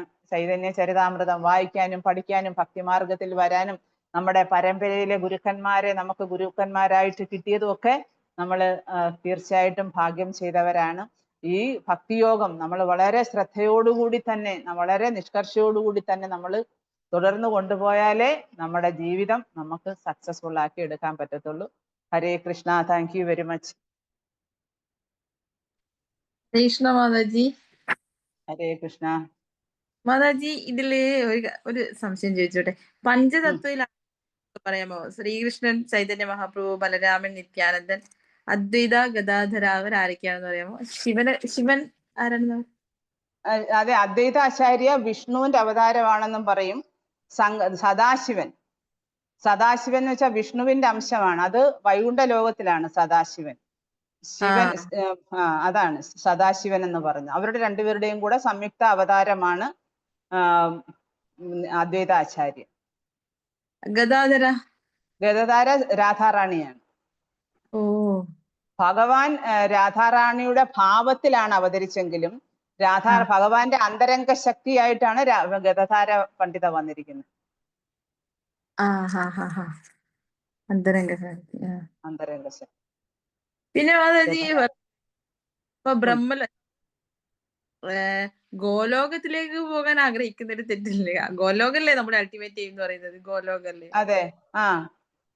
അതിന് മുക്തി എന്ന് പറയില്ല, മോക്ഷം എന്ന് പറയില്ല. മുക്തി, അതിന് മോക്ഷം എന്ന് പറയുന്നത് നമ്മുടെ ധാമം അവിടെയാണ്. ശാശ്വതമായ ധാമം നമ്മുടെ അവിടെയാണ്.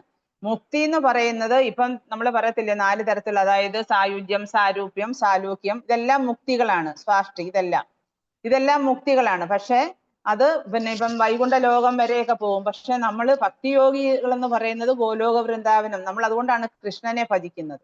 ഇപ്പം വിഷ്ണുവിനെ, നാരായണനെ ഒക്കെ ഭജിക്കുന്നവര് വൈകുണ്ഠ ലോകത്തിൽ പോകും. മനസ്സിലായി? ലക്ഷ്മി നാരായണൻ, സത്യനാരായണൻ. അപ്പൊ അങ്ങനെ പിന്നെ ഭജിക്കുന്നവർ, ഇപ്പം നമ്മൾ നാരായണ മന്ത്രം ജപിക്കുന്നവർ, ഇവൻ ഹരേ രാമ ഹരേ കൃഷ്ണ ജപിക്കുന്നവരും കൃഷ്ണനെ നമ്മൾ ആ ഒരു ഇന്റിമേറ്റ് ഫ്രണ്ട്ഷിപ്പ് അല്ലെങ്കിൽ ഒരു ഇന്റിമസി ആയിട്ട് നമ്മൾ സ്നേഹിക്കുമ്പം, ഇപ്പൊ നമ്മൾ പണ്ടൊക്കെ ഉള്ള ആ മനോഭാവം അല്ലല്ലോ ഇപ്പൊ നമുക്ക് കൃഷ്ണനോടുള്ളത്. ഇപ്പൊ നമുക്ക് സ്വന്തം നമ്മുടെ അടുത്തുള്ള ഒരാളായിട്ടാണ് കൃഷ്ണനെ നമ്മൾ കാണുന്നത്, അല്ലേ? പണ്ടൊക്കെ എന്ന് വെച്ചാൽ നമ്മൾ നാരായണ രൂപം, ഇപ്പം ഐശ്വര്യഭാവമാണ്. ഭഗവാന്റെ ഒഫീഷ്യൽ ഫോമാണ് പിന്നെ വിഷ്ണു രൂപങ്ങൾ എന്ന് പറയുന്നത്. അത് ഭഗവാന്റെ 3 പുരുഷാവതാരങ്ങളെ കുറിച്ചൊക്കെ നമ്മൾ പഠിച്ചിട്ടുണ്ട്. പക്ഷെ ഭഗവാൻ ഇപ്പൊ ഒരു ഒഫീഷ്യൽ ഇപ്പം തന്നെ ഒരു ജഡ്ജി, അദ്ദേഹം ഒഫീഷ്യലി ഇരിക്കുന്നതുകൊണ്ട് അദ്ദേഹത്തിന്റെ ഡ്യൂട്ടിയൊക്കെ വളരെ നല്ല കൃത്യമായിട്ടൊക്കെ ചെയ്യുന്നു. പക്ഷെ വീട്ടിൽ വന്നു കഴിഞ്ഞാൽ അദ്ദേഹം പിള്ളേരോട് കളിക്കുന്നു, പിന്നെ വൈഫിനോട് തമാശ പറയുന്നു. അവിടെ ഒരു ഇന്റിമേറ്റ് ഫ്രണ്ട്ഷിപ്പാണ്. അദ്ദേഹത്തിന് അവിടുത്തെ രീതിയൊന്നും വീട്ടിൽ വന്ന് എടുക്കാൻ പറ്റില്ല. അപ്പൊ അതേപോലുള്ള വ്യത്യാസമാണ്. ഇപ്പൊ വൈകുണ്ഠ ലോകത്ത് വിഷ്ണു ഐശ്വര്യഭാവത്തിലാണ്. ലക്ഷ്മി ആയാലും ഐശ്വര്യഭാവമാണ്. അതെല്ലാം ഒഫീഷ്യൽ ആയിട്ടുള്ളതാണ്. ഇപ്പൊ അവിടെ പോകുന്നവരും അതുപോലുള്ള, ഇപ്പം വിഷ്ണു രൂപമാണ് അവർക്ക് കിട്ടുന്ന രൂപം. വിഷ്ണു പിന്നെ രൂപം 400 ഫോംസ് ആണ് അവിടെ പോകുന്നവർക്ക് കൈവരുന്നത്. പക്ഷെ കൃഷ്ണ ലോകത്ത് പോകുന്നവർക്ക് ഗോപികമാരായിട്ട്, അല്ലെങ്കിൽ അവിടുത്തെ ചെടികളായിട്ട്, അവിടുത്തെ പിന്നെ പൂക്കളായിട്ട്, അല്ലെങ്കിൽ ശലഭങ്ങളായിട്ട്, നമുക്കൊക്കെ അവിടെ ഒരു പിന്നെ മൂലസ്വരൂപമുണ്ട്. നമ്മൾ അവിടുന്ന് ആ ധാമത്തിൽ നിന്ന് വന്നുകൊണ്ട് നമുക്ക് അവിടെ ഒരു മൂലസ്വരൂപമുണ്ട്. ആ മൂലസ്വരൂപത്തെ പ്രാപിക്കും നമ്മൾ അവിടെ ചെല്ലുമ്പോൾ. എന്നിട്ട് ആ രൂപത്തിൽ കൂടി പിന്നെ നമ്മൾ ഭഗവാനെ ഫേസ് ടു ഫേസ് കാണുകയും പിന്നെ അതുപോലെ സേവനങ്ങൾ അർപ്പിക്കുകയും ഒക്കെ ചെയ്യുന്നത്. വൈകുണ്ഠവും ഗോലോകവും സെയിം അല്ല. വൈകുണ്ഠം ലോകങ്ങൾ എന്ന് വെച്ചാൽ ഒരുപാട് ലോകങ്ങളുണ്ട്. അതിന്റെ തലസ്ഥാനമാണ് ഗോലോക വൃന്ദാവനം. മനസ്സിലായോ? വൈകുണ്ഠ ലോകത്തിന്റെ ഉപരിലോകമാണ്. വൈകുണ്ഠ ലോകത്തിനെക്കാട്ടിൽ ഉയർന്ന ലോകമാണ് ഗോലോക വൃന്ദാവനം. അതൊരു താമരപ്പൂവിന്റെ ആകൃതിയിലാണ് ഗോലോക വൃന്ദാവനം എന്ന് പറയുന്നത്. അവിടാണ് കൃഷ്ണന, രാധാറാണിയും ഗോപികമാരും എല്ലാവരുമായിട്ട് വസിക്കുന്നത്. മനസ്സിലായി. ഹരേ കൃഷ്ണ മാതാജി, താങ്ക് യു. ഹരേ കൃഷ്ണ. ഹരേ കൃഷ്ണ. ആർക്കെങ്കിലും ഇനി എന്തെങ്കിലും സംശയങ്ങളുണ്ടോ?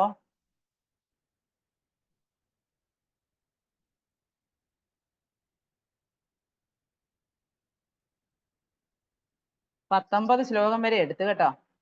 19 അല്ല ഐശ്വര്യ? 19ാമത്തെ ശ്ലോകം വരെ എടുത്തത്. ഓക്കെ മാജി, ഓക്കെ മാജി. ഞാൻ മാജി വിളിക്കാം. നാളത്തെ ക്ലാസ് പ്രഭുവിൻ്റെത് മറ്റന്നാളത്തേക്ക് ഒന്ന് മാറ്റണമായിരുന്നു. ഞാൻ വിളിക്കാം മാജി. ഓ ശരി ശരി. ആ ഓക്കെ ഓക്കെ, വിളിച്ചാൽ ആ മതി. പ്രഭുവിന് മറ്റന്നാൾ ഓക്കെ ആണോ മാജി? നാളത്തേതൊന്ന് മാറ്റാൻ പറ്റുമോ?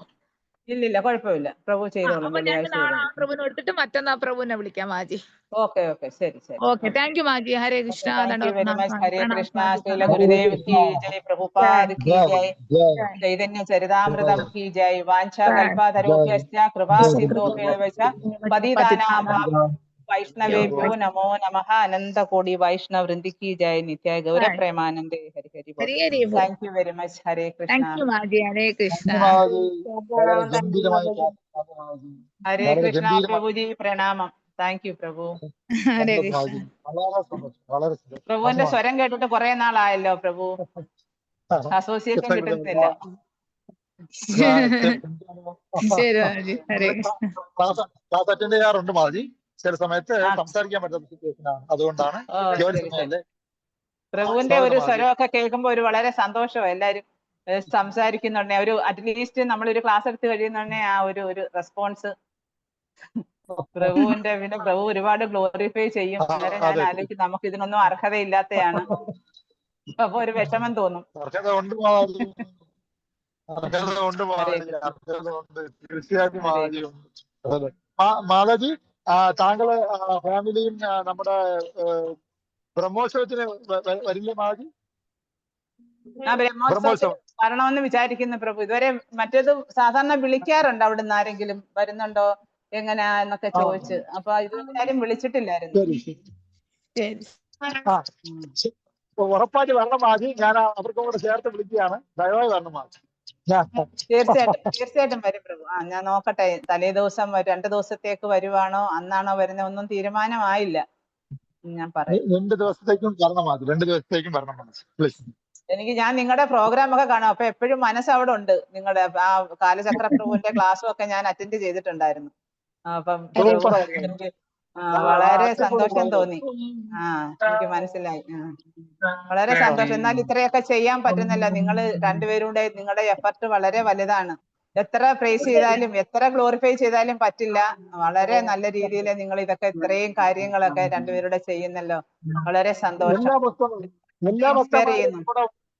എല്ലാ ഭക്തന്മാരുടെ എഫോർട്ടും ഉണ്ട് മാജി, എല്ലാ ഭക്തന്മാരുടെ എഫോർട്ടും ഉണ്ട് മാജി. തീർച്ചയായിട്ടും. അതെ അതെ. എന്നാലും മുൻകൈ എടുക്കാൻ വരണോ ആരെങ്കിലും? അതിനാൽ നിങ്ങൾ ചുക്കാൻ പിടിക്കുന്ന നിങ്ങളാണ് രണ്ടുപേരും. ഭഗവാന്റെ കൃപ കൊണ്ട് മാത്രം, ഭഗവാന്റെ കൃപ കൊണ്ട് മാത്രം. മാജിയുടെ തീർച്ചയായിട്ടും ബ്ലെസ്സിങ്സ് പ്രഭു. ഉണ്ടാവണം, മാജിയുടെ ബ്ലെസ്സിങ്സ്. മാജിയുടെ ക്ലാസ് ഒക്കെ തീർച്ചയായിട്ടും പ്രാർത്ഥിക്കും. ചൈതന്യ ചരിതാമൃതത്തിന് മാതാജി, പ്രഭു ഇതുപോലത്തെ കുറച്ച് പേരെ ഉള്ളൂ. സീനിയേഴ്സ് എന്നും സീനിയേഴ്സ് തന്നെയാണ് മാജി. അതുകൊണ്ട് മാജിയുടെ ബ്ലെസ്സിങ്സ്, അനുഗ്രഹവും ഈ ഇതുപോലത്തെ മനോഹരമായ ക്ലാസ് എന്നും ഉണ്ടാവണം Maji, please. Hare Krishna Prabhu. Thank you Prabhu. Thank you. പ്രണാമം പ്രഭു. ഹരേ കൃഷ്ണ. ഇനിയും കാണാം. ഹരി ബോൾ. Thank you. Hare Krishna. Wind up ചെയ്തോളൂ.